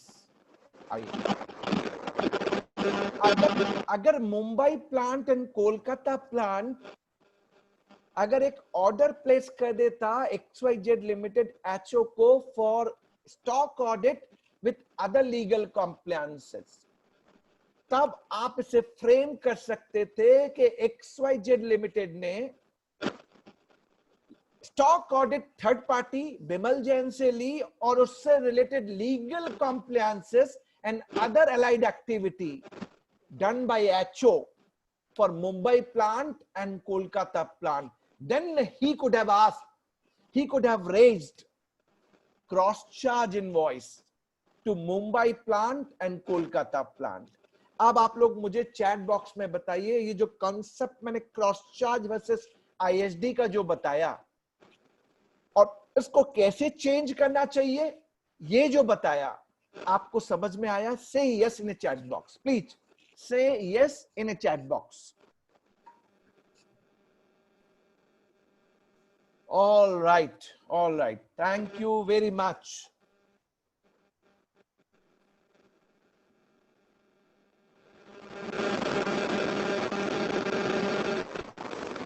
दो participants थे, एक हमारी सलोनी मैम है और एक हमारी विद्या मैम है. उनने कहा मुझे समझ में कॉम्प्लिकेटेड है या समझ में नहीं आया. दोनों मैडम से मेरी रिक्वेस्ट क्या होगी मालूम है? अब आप ज्यादा से ज्यादा बिमल जैन को देखिए, उनके वीडियोस देखिए. Yes possible. शर्मा, रेनू शर्मा ने एक बहुत अच्छा आंसर दिया. रेनू शर्मा ने एक बहुत अच्छा आंसर ये दिया कि एक ऑल्टरनेटिव ये भी हो सकता था कि मुंबई प्लांट और Kolkata plant separately XYZ limited की बजाय सेपरेटली बिमल जैन को कॉन्ट्रैक्ट दे देता. XYZ लिमिटेड दिल्ली नहीं देता, XYZ limited Mumbai plant, XYZ limited Kolkata plant एक सेपरेट कॉन्ट्रैक्ट बिमल जैन को दे देता, तो मैं डायरेक्टली इनवॉइस उनको रेज कर देता. Possible, could have been done. So ये मेरी थी सेकंड केस स्टडी. होप आप लोग को समझ में आया होगा. अब मैं तीसरे केस स्टडी पे आता हूं, तीसरी केस स्टडी, और समझना चाहता हूं कि आप इसे प्रॉपर्ली समझे या ना समझे. तीसरा स्टार्ट करता हूं. सो विद्या एंड सलोनी, दोनों से मेरी रिक्वेस्ट ये होगी, आप ज्यादा से ज्यादा मेरे वीडियो देखिए, आपको एक कॉम्प्लिकेशन इजी हो जाएगी. स्टार्ट. Third one. देखिए 3 केस स्टडी मुझे लगता है पूरे 6 बजे तक हो पाएंगे. 3 और लूंगा मैं, पर बड़े इंटरेस्टिंग लूंगा जिससे आपको अच्छा लगे. एक अब गुड्स के ऊपर लेता हूं जिससे आपको इंटरेस्टिंग लगे और समझ में भी आए. आपको फैक्ट समझना बहुत जरूरी है. अगर फैक्ट मिसलीड हो गया तो आप कनेक्ट नहीं कर पाएंगे. तो आपको कंसंट्रेशन एक्टिव रखनी है और मेरे साथ रहना है. अब तक मजा आ रहा होगा, I am sure about it, कि आप समझ पा रहे होंगे. Can I see the chat box? अब तक आपको ठीक प्लेस ऑफ सप्लाई मजे के साथ अंदर जा रहा है? कैन यू से यस सो दैट मुझे लगे हाँ बिल्कुल आप समझ पा रहे हैं सारे के सारे. ऑल राइट, चलिए चलिए चलिए. All right, all right. अब करते हैं तीसरा वाला. ऑल राइट, ठीक है. अरे मेरे भाई राजेश कुमार जी, एक नया आप स्टॉक ऑडिट क्यों लेते हैं? उसको कुछ ऐसी ऑडिट मान लीजिए कि फिनिश गुड्स की ऑडिट कर. कई बार नहीं करते क्या? एचओ नहीं चाहता कि मेरे प्लांट में जो FG की जो पोजीशन प्लांट भेज रहा है, आज मैं राजेश से ही पूछता हूँ, ये बैंक ही करता है क्या? ये इतनी एक्सपर्ट ओपिनियन. मैं आपसे पूछता हूँ क्या एचओ कभी स्टॉक ऑडिट नहीं करवाता कि प्लांट जो एफजी की पोजीशन बता रहा है वो सही है ना सही है, थर्ड पार्टी चेक कर ले? पूछ रहा हूं मैं आपसे, राजेश जी आप ही से पूछ रहा हूं। राजेश जी ने लिख तो दिया, राजेश कुमार जी ने, but stock audit is normally allotted by bank. अरे यार भावनाओं को समझो। कभी क्या एचओ नहीं करवाता कि मेरा प्लांट मुझे डिस्क्लोज, प्लांट में चोरी भी तो हो सकती है, प्लांट हो सकता है ना गलत फिगर बता रहा हो, प्लांट इंटरनल ऑडिट के लिए नहीं करवाता? राजेश आ जाओ भैया, राजेश कहां हो आप बताइए? फिजिकल वेरिफिकेशन, हरदीप जी आ गए, अब चैट बॉक्स पे लिखो ना, अब राजेश लिखो चैट बॉक्स पे, सर समझ में आ गया। अब राजेश जी को लिखने में इतना टाइम लगेगा, अब ऐसे थोड़े ही चलेगा। हाँ अब अंडरस्टूड लिख रहे हैं, अब अंडरस्टूड। सर मैं कई बार क्या जानता हूं मालूम है, मैं आप लोग को बताऊं, कई बार पर्सन्स होते with due regards and respect to them, due regards and respect to them. यार आप टॉपिक समझिए ना, आम खाइए ना, घुटली क्यों गिन रहे हो? टॉपिक समझो, जिस टॉपिक को मैं आपको देना चाह रहा हूं। सी मेरा ऑब्जेक्टिव क्या था, आपको समझाना। अब बैंक देता है, ये देता। चलिए तीसरी केस स्टडी, तीसरी स्टार्ट करते हैं। और ये थोड़ी कॉम्प्लिकेटेड है, पहले मैंने बोल दिया, क्योंकि मैंने आपको इजी रसगुल्ले दे दिए हैं। अब मैं थोड़ा सा कॉम्प्लिकेट कर रहा हूं, और कोई भी भागेगा नहीं, और प्रॉपर तरीके से। और जब मैं कंप्लीट करूंगा ना, आप सब बोलेंगे बिमल जी हमने नहीं सोचा था कि प्लेस ऑफ सप्लाई इतना इजी तरीके से समझा जा सकता है। ये केस स्टडी उसके ऊपर है। सर चलिए सर सर सब लोग ये कहेंगे कि जैन साहब एक डेट और दे दीजिए। वो बाद में कहते हैं अजय कुमार जी जलेबी खिला रहे हैं हम लोगों को, अजय कुमार जी लिख रहे हैं नाउ जलेबी। नहीं जलेबी नहीं बनाऊंगा, जलेबी नहीं बनाऊंगा, विल डू सिंपल, जो दैट आपको भी बहुत मजा आए। लिसन केयरफुली नाउ, और सब पहले फैक्ट ठीक से सुनेंगे, फैक्ट एकदम ध्यान से सुनेंगे, सब फैक्ट एक आराम से सुनिए। पहले सबसे पहले मान लीजिए, और ये पहले फैक्ट, जो फैक्ट मैं आपको बता रहा हूं, उस फैक्ट को मैं लीगल एक जजमेंट भी आ गया है उससे भी कनेक्ट करूंगा, यानी आपको कहीं ये कॉम्प्लिकेशन नहीं होगी कि ये लीगल आर्गुमेंट है या नहीं है। राजीव जी आपको मैं देख रहा हूं, आपको पूरा ध्यान देना है एकदम, और सारी चीजें मुझे बता। अब लेट्स से मैं लेट्स से मैं वर्क्स कॉन्ट्रैक्ट सर्विस प्रोवाइडर हूं। वर्क्स कॉन्ट्रैक्ट का मतलब only in relation to immovable property. Immovable property मैं जयपुर में रजिस्टर्ड हूं, राजस्थान में रजिस्टर्ड हूं। मैंने एकदम केस लॉ के बेसिस पे इसको बना दिया। मैंने केस स्टडी को प्रैक्टिकली जो उस केस स्टडी जो उस जजमेंट में था वैसे सेट कर दिया कि मैं मेन वर्क्स कॉन्ट्रैक्टर हूं और मैं जयपुर राजस्थान में रजिस्टर्ड हूं। अब मुझे Karnataka Shri cement limited, client का नाम भी मैंने आपको बोल दिया क्योंकि जजमेंट में है तो कोई दिक्कत नहीं है। श्री सीमेंट लिमिटेड कर्नाटका में रजिस्टर्ड है, बेंगलुरु। उसने मुझे कॉन्ट्रैक्ट दिया, बिमल जी आपको construction of factory immovable property Bengaluru में बनानी है, बेंगलुरु में बनानी है। मेन कॉन्ट्रैक्टर राजस्थान में रजिस्टर्ड है, क्लाइंट कर्नाटका रजिस्टर्ड है, और जो वर्क्स कॉन्ट्रैक्ट जो कंस्ट्रक्शन ऑफ इमूवेबल प्रॉपर्टी है वो भी बेंगलुरु में बननी है। अब मेरा क्वेश्चन सुनिए, इसको मैंने इंटरप्ले किया है registration and place of supply and ITC, तीन टॉपिक को मर्ज किया मैंने एक केस स्टडी में। बिमल जैन को जो जयपुर में रजिस्टर्ड है, क्या उसको कर्नाटका में रजिस्ट्रेशन लेनी पड़ेगी? Please tell me. Bimal Jain जो जयपुर में रजिस्टर्ड है, क्या उसे कर्नाटका में रजिस्ट्रेशन लेनी पड़ेगी? आपको जो मन में आए आप चैट बॉक्स में डालिए यस नो, जो आपके मन में आए। आई रियली वांट टू सी जो आपके मन में आए, यस एंड नो आपने डाल दिया। अब मैं आपको बोलता हूं, अब मेरा आंसर सुन लीजिए, आंसर सुन लीजिए।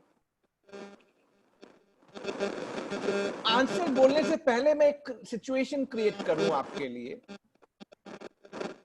अगर 29 स्टेट में मुझे अगर वर्क्स कॉन्ट्रैक्ट मिले,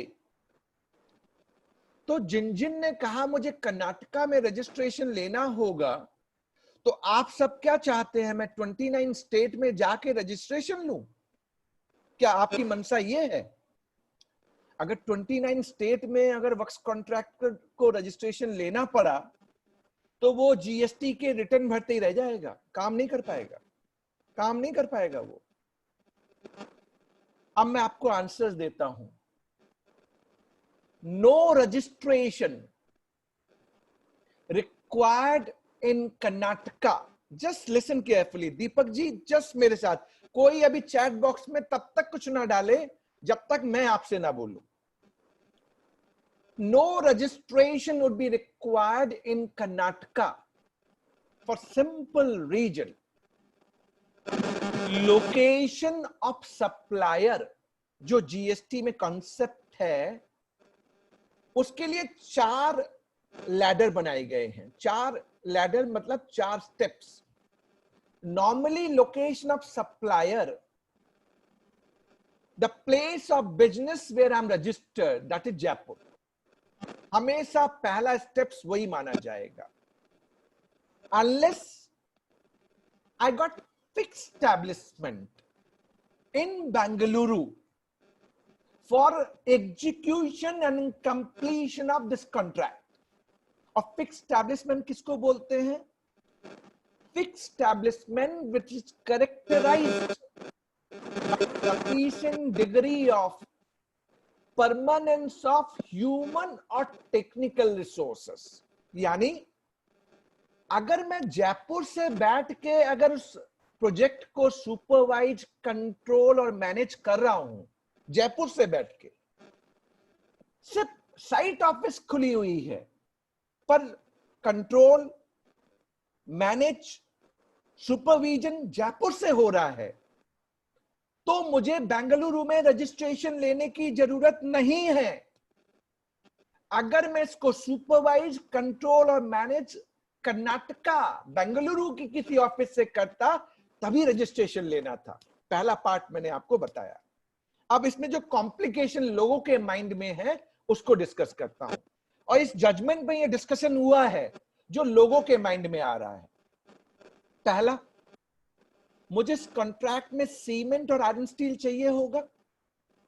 सो सप्लायर जो है, सप्लायर जो सीमेंट एंड आयरन स्टील मुझे भेजेगा, तो मान लीजिए बेंगलुरु में प्रोजेक्ट चल रहा है और मैं कर्नाटका की कोई दूसरी जगह को हम ले लेते हैं, आप गोमटेश्वर बोल लीजिए जो हमारा धार्मिक स्थल है।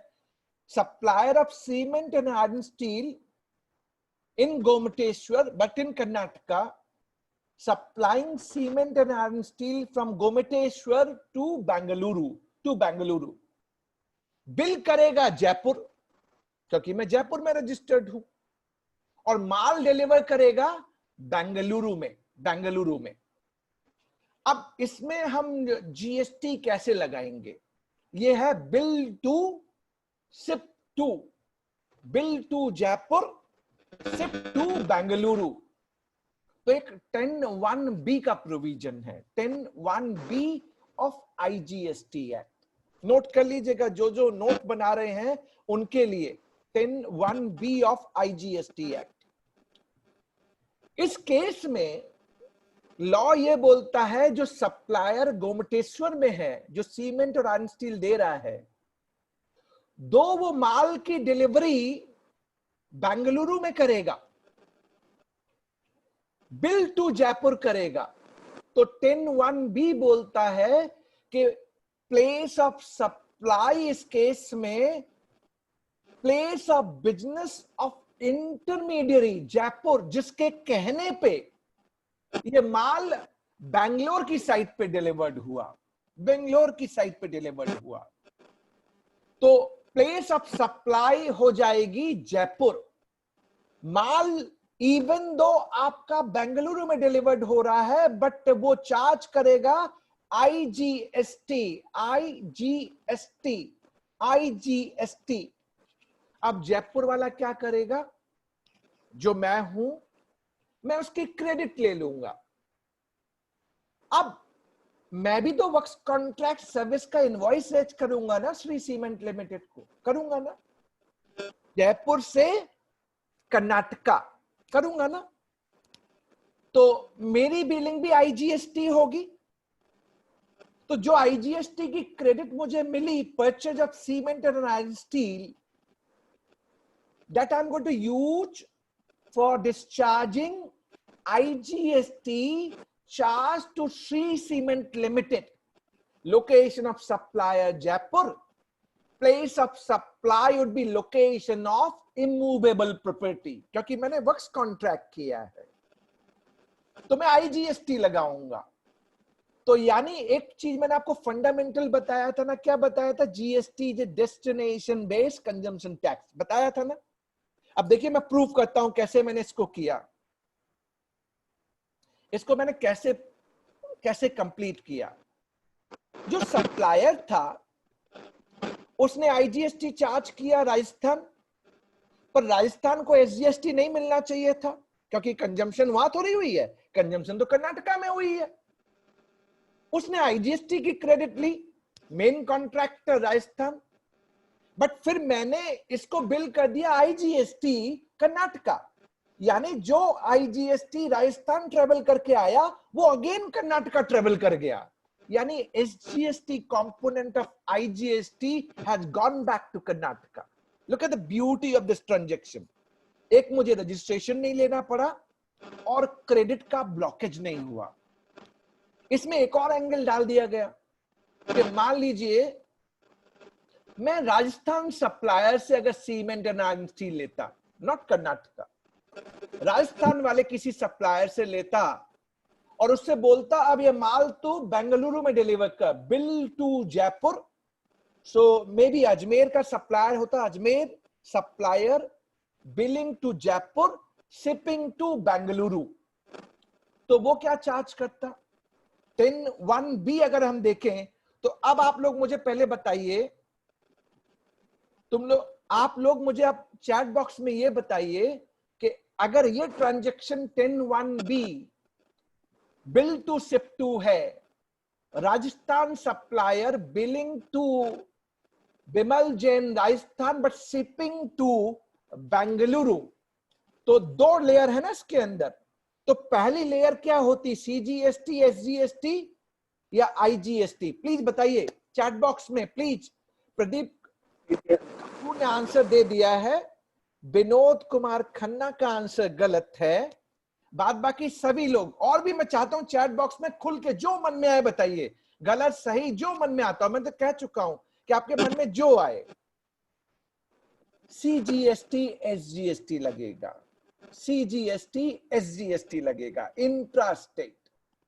मैं उसकी क्रेडिट लेता राजस्थान में और मेरी बिलिंग होती आईजीएसटी, तो CGST SGST credit use for discharging IGST, ultimately SGST credit has gone back to Karnataka.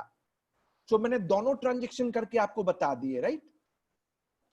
अब ये दोनों ट्रांजैक्शन करने के बाद आपको इस केस स्टडी में 2-3 चीजें मैंने बड़ी इंटरेस्टिंगली दी कि वर्क्स कॉन्ट्रैक्टर को हर स्टेट में जाके रजिस्ट्रेशन लेना है। Answer is no. मैंने 10(1)(b bill to ship to transaction जो होती है वो समझाया, लेकिन एक डाउट आपके माइंड में हो सकता है कि बिल टू शिप टू जो ट्रांजैक्शन है इसमें तो सीमेंट एंड आयरन स्टील था, but use for works contract services. हो सकता है क्या? बिल्कुल हो सकता है, 100% हो सकता है, 100% हो सकता है। तो ये ट्रेडिंग ऑफ गुड्स भी हो सकता था और गुड्स यूज फॉर सर्विसेज भी हो सकता है। Similarly services for goods, that is also possible. मैंने आपको वे फॉरवर्ड दे दिया। अब मुझे आप बताइए, मैं आप सबसे एक चीज पूछ रहा हूं ये जलेबी थी जब मैंने स्टार्ट किया था, जलेबी थी। और जलेबी जब मैंने आपको परोसी और आपको समझाया, एक टीएनडी इलेक्ट्रिकल्स एडवांस रूलिंग आई है from Karnataka advance ruling, Karnataka advance ruling, आप नोट कर लें, टीएनडी इलेक्ट्रिकल्स कर्नाटका एडवांस रूलिंग ने ये पूरा केस स्टडी जो मैंने आपको बताया, ये ऑलरेडी मैंने बहुत पहले एक बार मेरा AIFTP में एक सेमिनार हो रहा था, AIFTP में, और मैंने ये ऑलरेडी केस स्टडी कम्युनिकेट कर दी थी। उसके बाद मैंने टीएनडी इलेक्ट्रिकल वाला ये एडवांस रूलिंग देखी थी, जो अगर आप चाहें तो मेरे यूट्यूब चैनल पे जाके भी देख सकते हैं। 3 महीने पहले जब मैंने एक वेबिनार किया था तब एक्सप्लेन किया था। आज चूंकि प्लेस ऑफ सप्लाई वाला प्रोविजन था तो मैंने आपको एक्सप्लेन किया। होप आपको समझ में आ गया होगा। बट अब एक चीज रह गई है जो अमित गुप्ता ने डाली है। अमित जी कह रहे हैं, but if subcontractor given to any Bangalore party can he raise IGST billing, ये अमित ने डाला। अब रेनू भी एक चीज पूछ रही हैं, सर इफ आई जयपुर सब कॉन्ट्रैक्टेड टू अदर सब कॉन्ट्रैक्टर, सेम चीज, वो सब कॉन्ट्रैक्ट वाली ही बात कर रही हैं। सब कॉन्ट्रैक्टर के लिए क्या होगा? मैंने एक एनालॉजी की। क्या एनालॉजी की मालूम है? मान लीजिए मैंने कर्नाटका में कोई सब कॉन्ट्रैक्टर एंगेज किया, कर्नाटका में सब कॉन्ट्रैक्टर एंगेज किया। सब कॉन्ट्रैक्टर मेरी इस वर्क्स कॉन्ट्रैक्ट के लिए काम कर रहा होगा। आपके माइंड में डाउट कहां आ रहा है मैं वो पहले बता देता हूं। आपके माइंड में डाउट ये आ रहा है कि sub contractor, location of supplier Bengaluru है, place of supply location of immovable property हो जाएगी, तो वो CGST SGST चार्ज करेगा और ये क्रेडिट राजस्थान में फ्लो करेगी नहीं। तो इसके लिए मुझे कर्नाटका में रजिस्ट्रेशन लेना है। आपके माइंड में ये वाला डाउट आ रहा है, जो रेनू ने पूछा, जो अमित ने पूछा, जो और पार्टिसिपेंट्स के माइंड में होगा। As per me, believe me, subcontractor can raise IGST invoice, and in turn Jaipur will take the credit, and then I'm going to raise invoice from Jaipur to Sri Cement Limited, Jaipur to Sri Cement Limited Bengaluru IGST, यानी जो SGST destination based consumption tax है वो travel कर गया, वो travel कर गया। पहले वो राजस्थान गया, फिर राजस्थान से आपका कर्नाटका में आ गया। No credit loss, nothing. मैं आपको प्रोविजन बता दूं, जब place of supply for immovable property आप देखते हैं ना, तो वर्ड यूज करता है डायरेक्टली रिलेटेड। मेन कॉन्ट्रैक्टर की service directly related to immovable property है, बट सब कॉन्ट्रैक्टर की not directly related. To my mind, I'm of the opinion, in my humble opinion, subcontractor can charge IGST from Bengaluru, and then at Jaipur I will take the credit and then use this credit for discharging IGST liability. Ultimately मुझे ये ensure करना है कि SGST Karnataka को मिलना चाहिए, जो मिल गया। अब नाउ टेल मी, मैंने अमित और रेनू दोनों के आंसर दिए, आपको ये समझ में आया या नहीं आया? पहले ये बताइए, पहले आप लोग ये बताइए, जो पार्ट मैंने आपको समझाया पहले वो पार्ट आया या नहीं आया? प्रकाश ने क्वेश्चन डाला है। टू माय माइंड मैंने आपको बता दिया कि इसको कैसे करना है। मैंने हम्बल ओपिनियन, अपनी हम्बल ओपिनियन में डाल दिया। रेनू, मैंने अपनी बात आपसे कह दी। नाउ अब आपका टेक है कि आप कैसे लेना चाहते हैं। अब मैंने अपना व्यू बता दिया। अब एक चीज मैं आपको बता दूं, एक क्वेश्चन एक बंदे ने डाला कि लेबर मैं वहीं से डिप्लॉय करता हूं तो क्या फिक्स एस्टैब्लिशमेंट में आ जाएगा? नहीं आएगा। फिक्स एस्टैब्लिशमेंट का मतलब होता है characterized by sufficient degree of permanence of human or technical resources। यानी आपने अगर इनकम टैक्स में फिक्स एस्टैब्लिशमेंट की डेफिनेशन पढ़ी हो, वो क्या बोलता है? एक परमानेंस होना चाहिए जो उस कॉन्ट्रैक्ट को, उस प्रोजेक्ट को मैनेज करता है, कंट्रोल करता है, सुपरवाइज करता है। That is being done from Jaipur office. That is my answer. So मैंने ये थर्ड केस स्टडी आपके साथ. अब चैट बॉक्स में थोड़ा सा जानना चाहूंगा कि हाँ यस जलेबी थी, पर जलेबी आपको सही ढंग से परोसी गई है. जलेबी में मजा आया या नहीं आया? जलेबी अगर अच्छी लगी तो you can always say sir मजा आ गया. आप लोग ये कहते कि हाँ मजा, जलेबी वो स्वीट, तब ठीक है, फिर तो ठीक है. क्लियरली अंडरस्टूड, तो फिर तो ठीक है. चलिए ऑलराइट. अब दो सिंपल कर लूं, दो सिंपल. चलिए मजा आया. सुनील जी ने कहा, अमित जी ने कहा, अमित जी ने भी कह दिया, आप तो अमित जी ने इंडोर्स कर दिया. अमित जी क्वेश्चन कर रहे थे, उन्होंने भी इंडोर्स कर दिया. अच्छा अब मैं दो करता हूं और दो करके आज हम क्लोज करेंगे. दो केस स्टडी और बड़ी इंटरेस्टिंग करेंगे जिसपे गुजरात हाई कोर्ट का जजमेंट आ गया है. गुजरात हाई कोर्ट का जजमेंट आ गया है, तो आपको बड़ा मजा भी आएगा और बड़ा अच्छा लगेगा. Sir, what about if order placed by Bangalore to Maharashtra property? See, order placing is not going to be relevant when we look at immovable property. Please.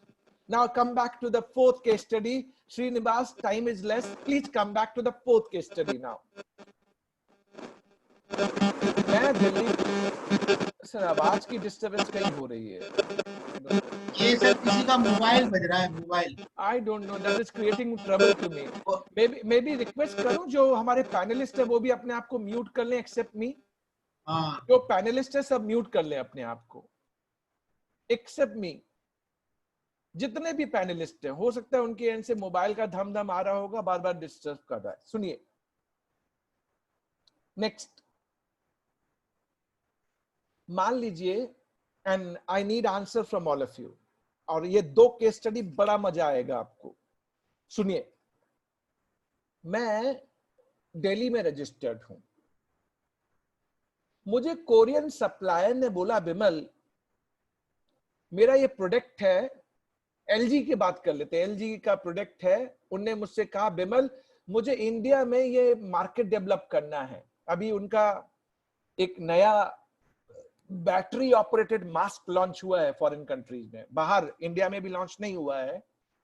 उनने कहा ये बैटरी ऑपरेटेड मास्क है, मुझे इंडिया में इसको promote करना है. बिमल जी आप कर पाओगे? तो मैंने कहा बिल्कुल कर लूंगा. तो हमने एक कॉन्ट्रैक्ट किया आपस में.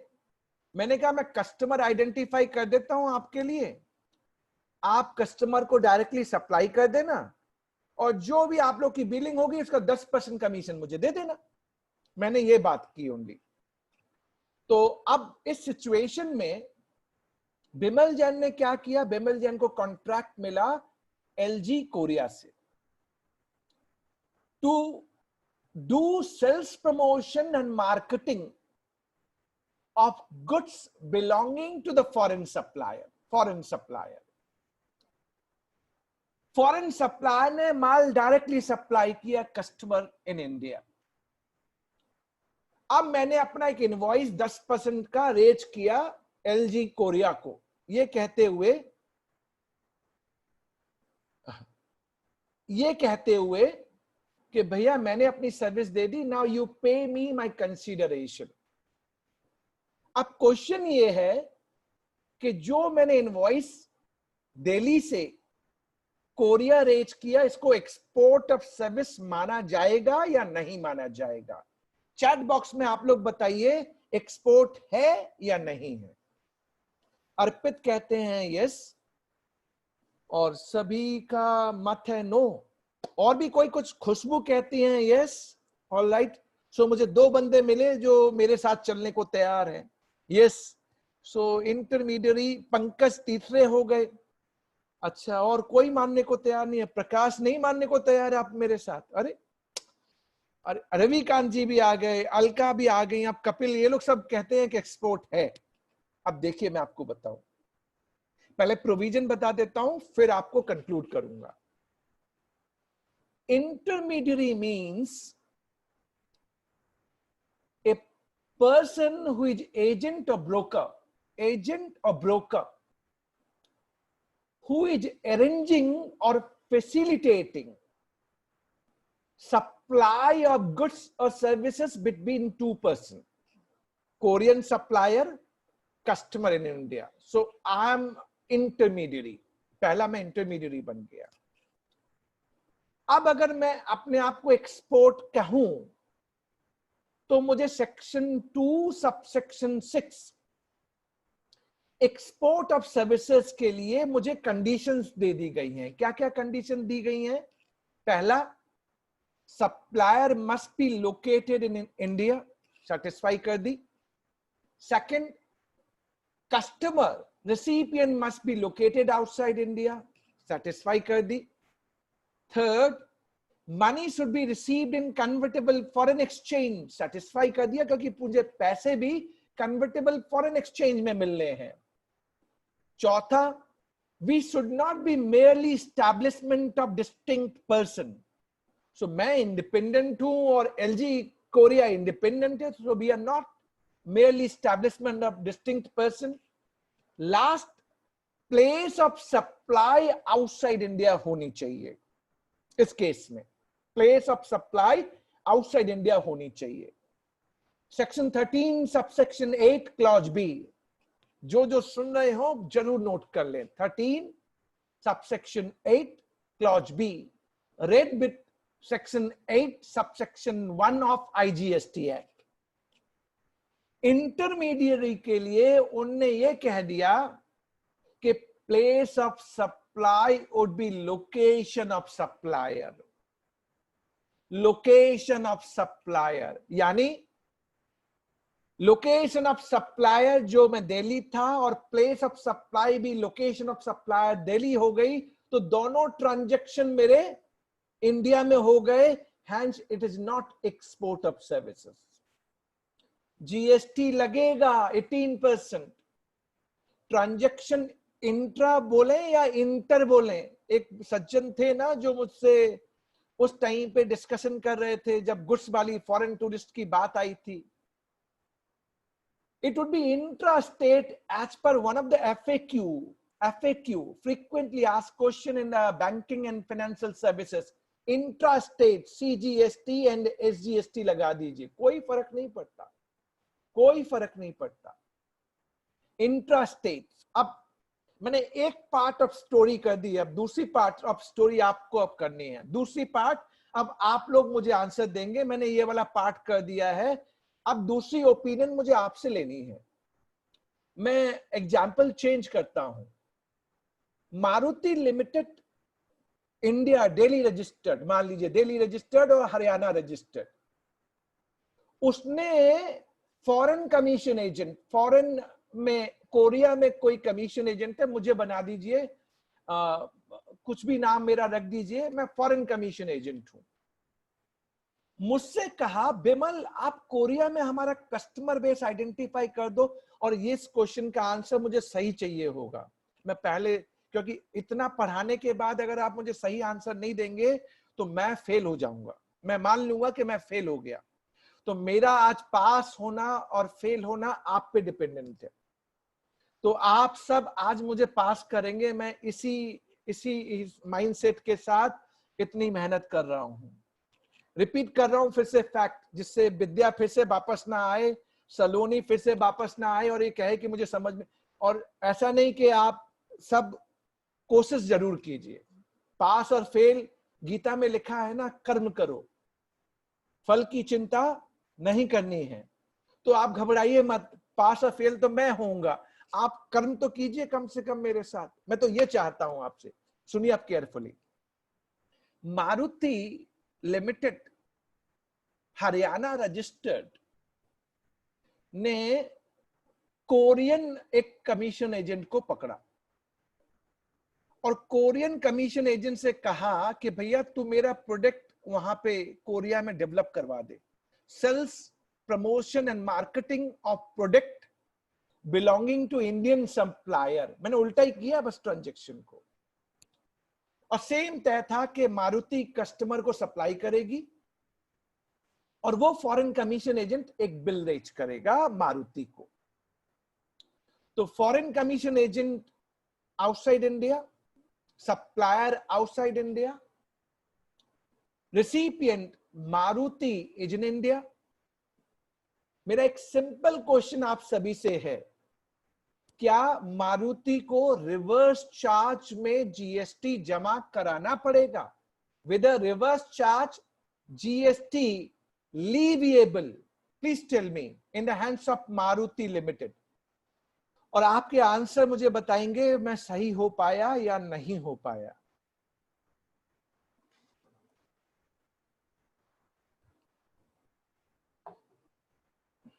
अभी भी मैं आंसर देख रहा हूं। मैं मैक्सिमम लोगों से आंसर चाहता हूं। मैं ये नहीं चाहता कि कुछ लोग मुझे आंसर करें, मैं चाहता हूं मैक्सिमम लोग कुछ ना कुछ डालें।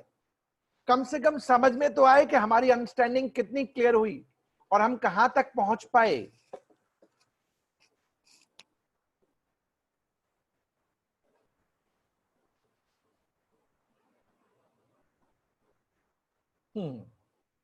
चलिए, मैंने आंसर्स देख लिए। अच्छा, अब जो 2-3 पार्टिसिपेंट्स, देखिए मैं एक रिक्वेस्ट और करूं।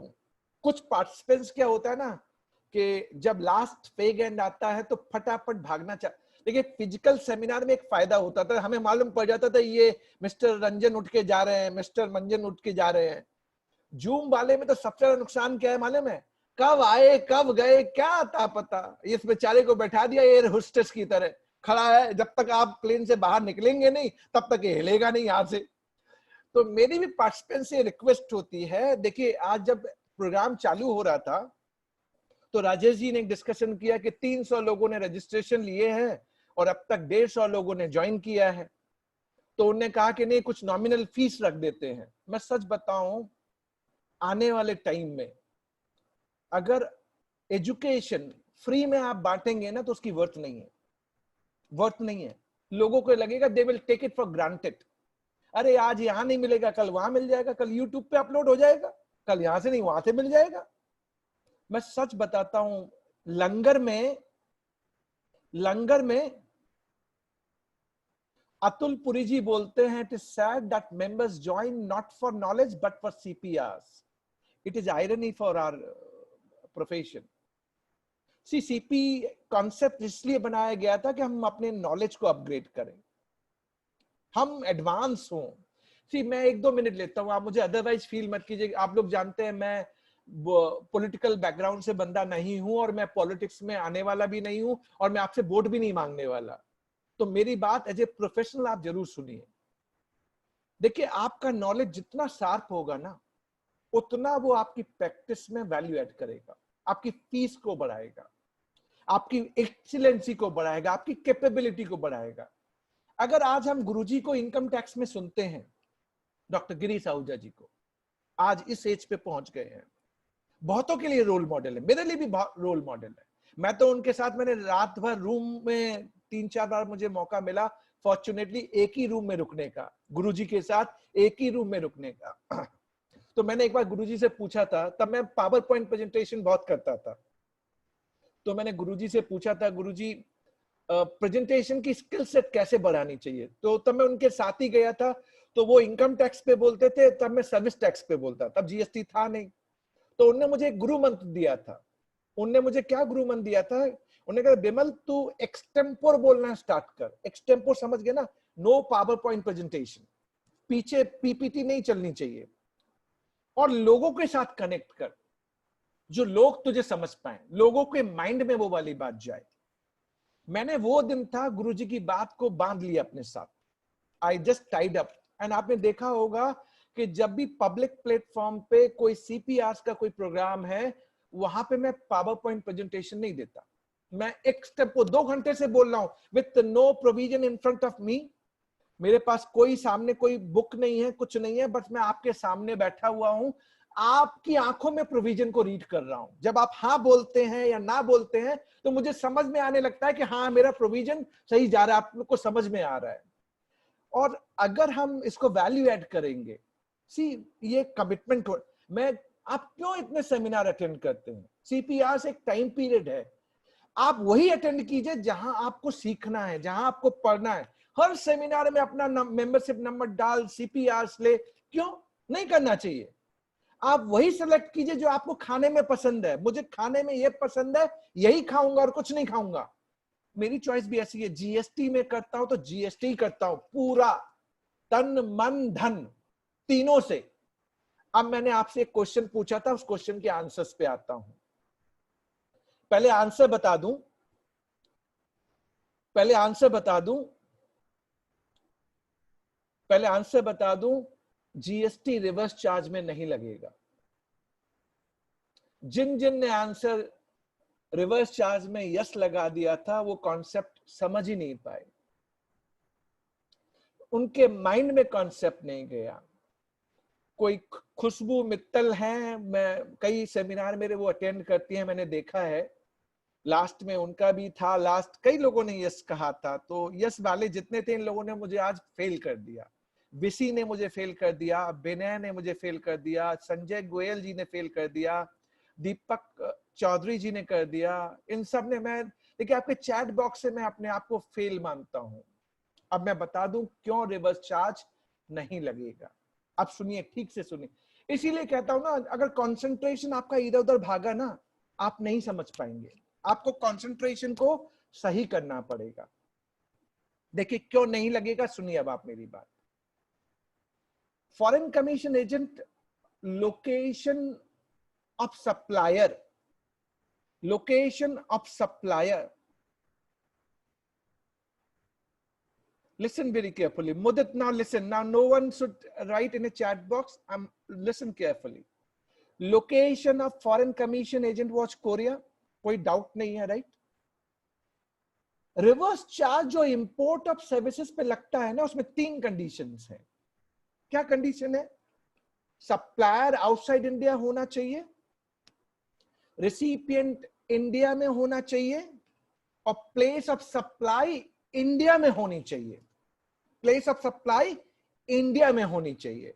अब इस 3 पैरामीटर पे हम देखेंगे रिवर्स चार्ज बनता था या नहीं बनता था। जिन जिन ने यस कहा वो गलत, तो उनको ही जज करना है।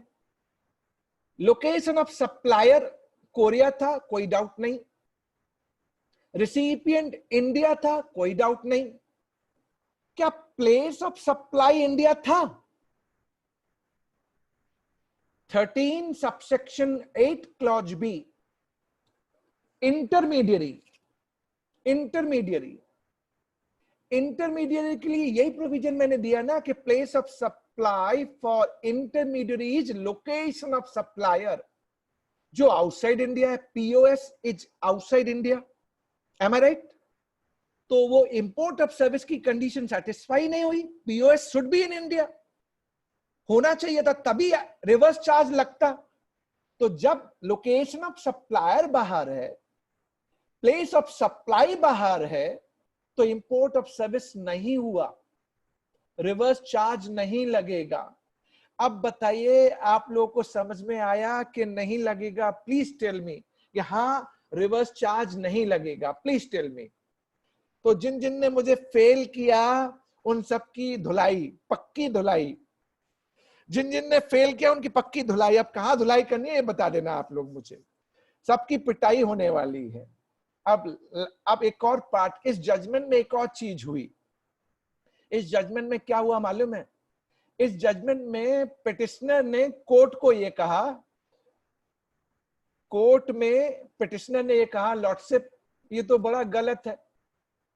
जब मैं यहां से एक्सपोर्ट करता हूं, इंडियन कमीशन एजेंट, जब मैं भेजता हूं, जब मैं जब मैं इंडियन कमीशन एजेंट इंडिया से बाहर फॉरेन सप्लायर को देता है, आप कहते हैं एक्सपोर्ट नहीं है, 18% जीएसटी लगेगा। मैं इंडिया के लिए कन्वर्टेबल फॉरेन एक्सचेंज लेके आ रहा हूं, और जब रिवर्स केस किया तो मेरा फॉरेन कमीशन जो कन्वर्टेबल फॉरेन एक्सचेंज है वो इंडिया से बाहर जा रहा है, और आप उस पर रिवर्स चार्ज लगाते नहीं है। और पिटिशनर ने कहा सर एक कॉपी पेस्ट प्रोविजन है सर्विस टैक्स का। सर्विस टैक्स में ये चेंज हुआ था 1 अक्टूबर 2014 से, जिसको आपने कॉपी पेस्ट कर दिया जीएसटी में।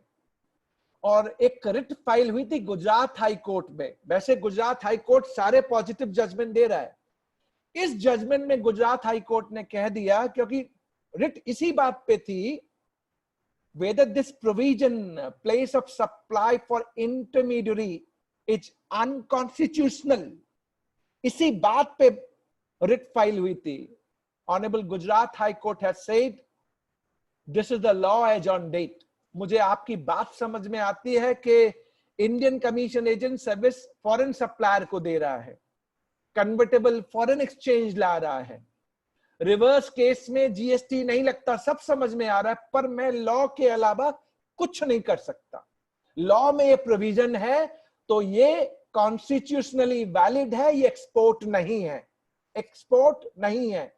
अब मैं रेवेन्यू से यही कह सकता हूं कि भैया आप इनकी बात सुने, इस पिटिशनर की, और इसको सॉल्व करें. तो रिप्रेजेंटेशन का मैटर बना के इनने बोल दिया रेवेन्यू कंसीडर कर सकता है CBIC and GST council, but जब तक लॉ में चेंज नहीं आएगा तब तक कुछ नहीं हो सकता. अब एक क्लोज करूंगा एक सिचुएशन के साथ. Interest on gross tax versus net tax, right? Interest on gross tax versus net tax हम सब डिबेट कर रहे थे ना. नोटिफिकेशन 63/2020 आया, उसने कहा नेट पे लगेगा बट 1 सितंबर 2020 से लगेगा. सबने, मैंने ट्वीट किया, आप लोग अगर मेरे साथ अटैच्ड हैं तो मैंने ट्वीट किया. मैं एक रिक्वेस्ट और करूंगा सभी पार्टिसिपेंट से. देखिए जीएसटी में मेरे से जितना सीएसआर कॉर्पोरेट सोशल रिस्पॉन्सिबिलिटी हो सकता है मैं पूरी कोशिश करता हूं. आप मेरे यूट्यूब पे, फेसबुक पे, ट्विटर पे, लिंक्डइन पे सब्सक्राइब कर सकते हैं फ्री ऑफ कॉस्ट.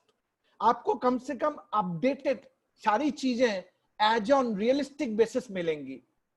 तो जब ये नोटिफिकेशन 63/2020 आया तो मैंने इमीडिएट ट्वीट किया, अरे 39 जीएसटी काउंसिल मीटिंग में आपने कहा कि ये रिट्रोस्पेक्टिवली जुलाई 1, 17 से होगा, और अब आप कहते हैं कि प्रोस्पेक्टिव है. ये कहां तक सही है?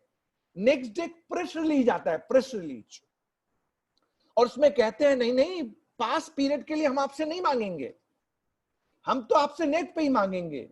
कोई मुझे लॉ की लैंग्वेज में समझा दे इस प्रेस रिलीज का क्या रिलेवेंस है अगर आपने लॉ में अमेंड नहीं किया. फाड़ के फेंक दीजिए, ये फाड़ के फेंक दीजिए. लॉ में करते ना, आपकी लीगल कॉम्प्लेक्सिटीज है, आपने उसमें लिखा लीगल कॉम्प्लेक्सिटीज है. अरे सर, लॉ की तरह रीड होता है. कोर्ट को, गुजरात हाई कोर्ट को मेरी दिक्कत तो समझ में आ गई थी, पर उसने कहा बिमल मैं लॉ के बियॉन्ड कुछ नहीं पढ़ सकता. और विश्वास मानिए जीएसटी गुड एंड सिंपल इसीलिए नहीं बन पा रहा कि हम सोचते कुछ है, कहते कुछ है और करते कुछ है. बट नेवरदलेस 6 बज चुके हैं. एक मेरी केस स्टडी और थी, रह गई, फिर कभी करेंगे आपके साथ. मौका मुझे मिलता रहेगा आप लोगों से मिलने का. Thanking each one of you. आप लोगों ने समय निकाला, रजिस्ट्रेशन भी कराया था और आप लोग आए और आपने पार्टिसिपेट किया. 300 रजिस्ट्रेशन थे, रजिस्ट्रेशन क्लोज हो गई थी, पर 240 लोगों ने अटेंड किया और 220 लोग अभी भी मेरे साथ बैठे हुए हैं. That shows your love and affection with Bimal Jain. So, with the gratitude at the outset from core of my heart, I'm thanking each one of you for giving your 2 important asks to me for listening on Place of Supply. Hope आप सबको मजा आया होगा. Thank you very much.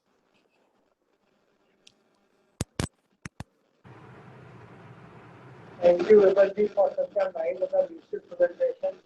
हर चीज बड़ी clarity में बता दी आपने कि what is the base of supply, what are the various sources of the goods and services, this is the base consumption, destination based tax on consumption, that's a paramount thing. You have to mind the consumption can't be over here where the tax has to go, the tax has to rise to the community. And then starting off. Sir 1 minute लेता हूँ sir. Sir मैं, ये लोग मेरा number मांग रहे हैं, number दे दूं इन लोगों को. हाँ sir please.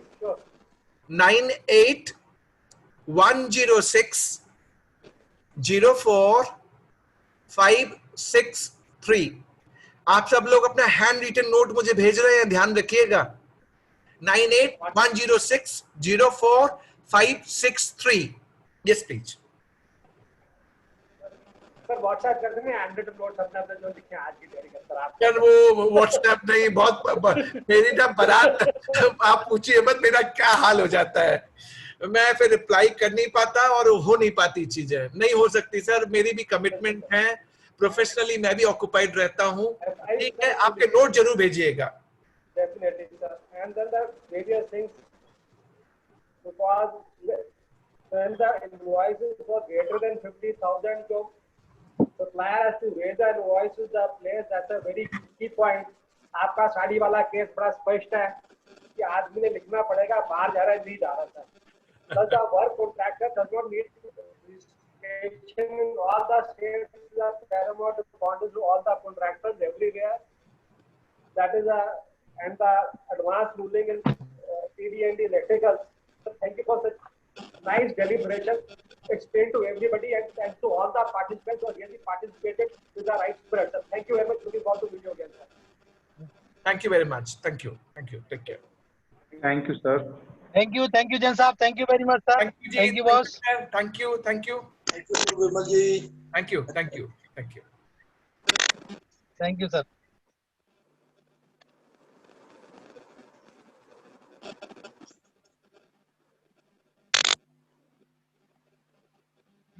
Thank you Rakesh ji, बहुत बहुत बढ़िया। Thank you very much, sir, boss. Thank you. Thank you, sir. Rajesh ji Radhe Radhe.